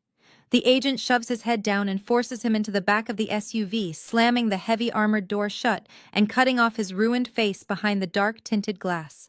I stand on the porch, looking out over the mountain of garbage on the lawn, the flashing sirens, and the weeping sister shivering by the luxury car. There are no tears burning in my eyes. There is no lingering heartbreak. I feel the cool night wind against my bare finger, and I feel an overwhelming, intoxicating rush of pure, absolute liberation. I turn my back on all of it. I walk across the threshold into the quiet, echoing space of my newly reclaimed fortress. I reach out and grab the edge of the massive mahogany door, pulling it toward me, until the heavy latch clicks firmly into place, shutting out the wreckage of their lives forever. The heavy metallic click of the front door lock echoes in the dark foyer, sealing the past away forever. That singular sound fades, melting seamlessly into the sharp, crisp rustle of freshly printed newspaper pages. Exactly 365 days have passed since that humid night on the driveway. The camera slowly pans across a polished oak desk, coming to rest on a scattering of local and national publications. The bold black headlines dominate the front pages. Buckhead elite brought down in federal fraud sweep. Tech CEO stripped of assets in historic embezzlement case. A fall from grace. My voice carries over the montage, steady, calm, and completely devoid of pity. They say the wheels of justice turn slowly, but when they finally catch traction, they possess the power to crush everything in their path. For Marcus and Chad, the destruction was absolute and entirely self-inflicted. The impenetrable brotherhood they thought they shared evaporated the very second they stepped into federal interrogation rooms. They turned on each other with the vicious predictability of starving animals. Marcus tried to pin the entire offshore embezzlement scheme on Chad, claiming he was a naive victim of a mastermind. Chad retaliated by releasing emails proving Marcus was the primary architect of the forged documents and the architect of the plan to siphon my inheritance. Their mutual betrayals did absolutely nothing to save them. Marcus was sentenced to 7 years in a federal penitentiary. The man who once threw a temper tantrum because his dry cleaner used the wrong amount of starch on his custom Italian collars now wears a scratchy, ill-fitting orange jumpsuit. He spends his days assigned to the prison laundry, folding sheets and wiping down industrial machines. His elite golf club membership has been permanently replaced by a single hour of mandated recreation time in a concrete courtyard surrounded by razor wire. The generational wealth he tried to steal has been reduced to whatever meager funds his court-appointed attorney manages to deposit into his commissary account. He is a ghost of a man stripped of his ego and entirely forgotten by the society he worshipped. Chad received a much harsher sentence, 10 years without the possibility of early parole for massive systemic financial fraud and tax evasion. The brilliant tech visionary was exposed as nothing more than a glorified con artist. The federal government seized everything. The sprawling estate, the fleet of luxury vehicles, the offshore Cayman accounts, the encrypted server farms. Jessica, his loyal assistant turned star witness, provided the prosecution with a roadmap to his entire criminal enterprise. She walked away with full immunity and a quiet new life in another state. Chad is locked in a high-security facility, spending his nights staring at a concrete ceiling, calculating the exact mathematical probability of his own ruin. But neither of their sentences compare to the exquisite, agonizing punishment inflicted upon Beatrice. Federal prison would have been too simple for a woman like my former mother-in-law. Prison offers a strange sort of anonymity. Instead, Beatrice accepted a plea deal to avoid jail time for bribing a state official. Her sentence was 5 years of strict house arrest and forced financial restitution. For a woman whose entire existence was predicated on social superiority and public visibility, house arrest is a fate far worse than death. The federal courts mandated the complete liquidation of her assets to pay off the massive fines and the cascading debts Marcus and Chad left in their wake. The grand Buckhead estate was seized and sold at a public auction. I attended the estate sale purely as an observer, standing quietly in the back of the room, as Beatrice Youth's entire identity was auctioned off to the highest bidder. The antique Persian rugs, the imported crystal chandeliers, the silver serving sets she polished with such obsessive pride. All of it gone with the sharp strike of an auctioneer's gavel. Beatrice was forcefully evicted from the exclusive zip code she believed was her divine birthright. She now resides in a cramped ground-floor apartment in a decaying suburb 20 miles outside the city limits. The camera cuts to a stark visual of her new reality. The apartment has low popcorn ceilings and cheap linoleum floors that peel at the corners. The walls are paper-thin, allowing the sounds of crying babies and blaring televisions from neighboring units to constantly seep into her living space. There is no manicured lawn, no towering brick pillars, no winding gravel driveway. Her view consists of a cracked asphalt parking lot and a flickering neon sign from a nearby convenience store. A bulky black GPS ankle monitor sits securely fastened above her swollen foot, a constant blinking reminder of her absolute disgrace. The financial ruin was only the beginning of her punishment. The social exile was the killing blow. Within 48 hours of her arrest, the board of directors at her prestigious country club convened an emergency meeting. They voted unanimously to permanently revoke her membership, citing a violation of the club U.S. morality clause. The official letter was delivered via certified mail, a document I know she read until the paper practically disintegrated in her hands. The women she spent 3 decades gossiping with, the very same women she conspired with at high tea and charity galas, dropped her with ruthless efficiency. In the rare instances she is granted permission to leave her apartment for approved medical appointments or grocery runs, she is treated like a contagious disease. Former friends cross the street the moment they see her shuffling toward them. They avert their eyes in the produce aisle, whispering behind their hands and shaking their heads in mock sympathy. She has become the ultimate cautionary tale for the old money elite. A laughingstock, a punchline traded over expensive cocktails. She sits alone in her cramped, humid apartment surrounded by cheap particle board furniture, staring at the blinking light of her ankle monitor. The aristocratic queen of Buckhead has been reduced to a pathetic, forgotten old woman trapped in a prison of her own making. Chloe fared no better. Stripped of Chad Yu's stolen wealth and completely unemployable due to her absolute lack of practical skills, she was forced to seek employment to survive. The woman who once mocked my ambition now works the cosmetic counter at a department store she used to patronize. She spends her days standing on her feet for 9 hours, forcing a polite smile as she applies foundation to the faces of women she used to invite to her dinner parties. Her prized Birkin bag was indeed seized by federal auditors to pay for her divorce attorney, just as I predicted. The camera smoothly transitions away from the grim realities of their downfalls, moving into a bright, sunlit office. The space is warm and inviting, filled with lush green plants, vibrant artwork, and the quiet hum of productive, focused energy. I sit behind a sleek, modern desk, reviewing a stack of grant applications for the Josephine Heritage Charitable Foundation. The past year has been a period of profound, brilliant growth. The foundation is thriving beyond my wildest expectations. The massive ski estate in Aspen is no longer a monument to empty vanity. Last month, we hosted our 3rd successful leadership retreat, flying in 40 underprivileged young women from across the country for a week of mentorship, career training, and empowerment. The $10 million my grandmother left me is safely locked in the ironclad trust, generating sustainable revenue that is actively changing lives. I am not simply managing an inheritance, I am building a legacy. Big Mama Josephine knew exactly what she was doing when she drafted that morality clause. She knew that wealth is not just about the accumulation of capital.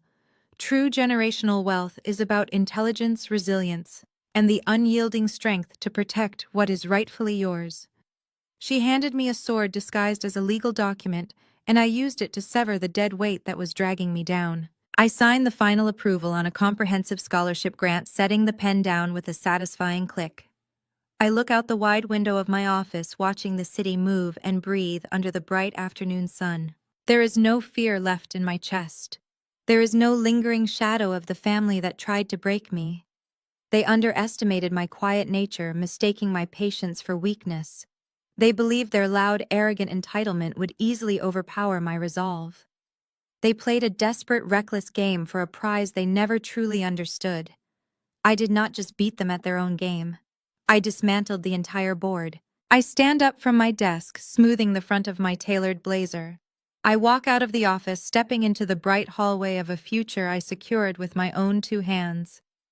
The story of Marcus, Beatrice, Chad, and Chloe is over, permanently closed and archived in the dusty cabinets of federal courts and local gossip. My story, however, is just beginning. The warm sunlight filtering through my office window slowly dissolves, replaced by the blinding, brilliant reflection of winter sun against pure white snow. The air is crisp and biting, carrying the scent of pine and burning firewood. The camera pushes through a pair of heavy glass doors, gliding smoothly backward on a Steadicam. It circles me in a wide, continuous tracking shot. I am no longer standing on a hostile gravel driveway in suburban Atlanta. I am standing on the expansive cedar deck of the Aspen estate. The towering peaks of the Colorado Rockies rise majestically in the background, framing the massive log and glass structure that Big Mama Josephine secured for this exact purpose. There are no fake smiles here. There are no country club members clutching their pearls or arrogant men in tailored vests calculating their next fraudulent wire transfer. Instead, the deck is alive with vibrant, genuine energy. I am surrounded by the brilliant, dedicated staff of the Josephine Heritage Charitable Foundation.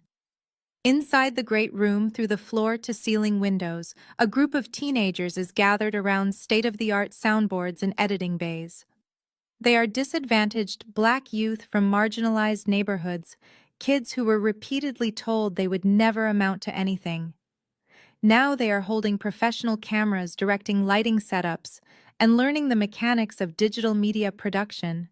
We transform the entire first floor of the lodge into a world-class media training center. It provides full scholarships, housing, and elite mentorship. And the best part of this entire endeavor is the funding source. That sprawling brick mansion in Atlanta, the one Beatrice cherished as the ultimate symbol of her Southern aristocracy, was fully liquidated 3 months ago. Once the title was legally cleared and the last of Marcus U.S. ruined suits were hauled to the local landfill, the foundation sold the property to a commercial developer at a massive premium. Every single dollar from that sale was directly injected into this Aspen project. Beatrice U.S. Vanity literally bought the cameras these kids are using to film their documentaries. I pull my thick wool coat tighter against the winter chill, stepping forward as the camera continues its slow, deliberate rotation around me. I look out at the snow-capped mountains, and then look directly down the lens. They honestly thought they could push me to the edge. My voiceover begins steady and resonant, carrying the absolute weight of my victory. They thought they could throw me out onto the street simply because I refused to wear their fake aristocratic label. They looked at my quiet demeanor and calculated that I was an easy target. They thought they were dealing with a frightened girl who would simply fold under the pressure of their old money intimidation tactics. I take a slow step toward the edge of the deck, the snowy landscape stretching out infinitely before me. But they made a fatal miscalculation. They did not understand the blood running through my veins. They did not know that the women in my family never sit around waiting for other people to build a house for them. We buy the land ourselves, and we gladly bury anyone arrogant enough to try and take it from us. The camera tightens on my face, capturing the sharp, radiant glow of absolute triumph in my eyes. Never confuse a silence with weakness, I state, my voice dropping into a smooth, razor-sharp whisper. We are never surrendering. We are just taking a moment to completely rearrange the chessboard. A foundation director steps out onto the deck, handing me a steaming crystal mug of spiced mulled wine. The rich aroma of cinnamon and clove mixes with the crisp mountain air. I take the mug, wrapping my fingers around the warm glass. I look back through the windows at the teenagers laughing and learning, building futures that no one can ever steal from them. Then, I turn back to the camera. I raise the glass of mulled wine in a slow, deliberate toast to the absolute perfection of poetic justice. A genuine, brilliant smile breaks across my face. A heavy, rhythmic bass line kicks in, followed immediately by the sharp, triumphant blast of a contemporary jazz saxophone. The brassy, energetic music swells, completely filling the cold mountain air. The image of me smiling on the deck holds for one final perfect second before the screen slowly fades to absolute black.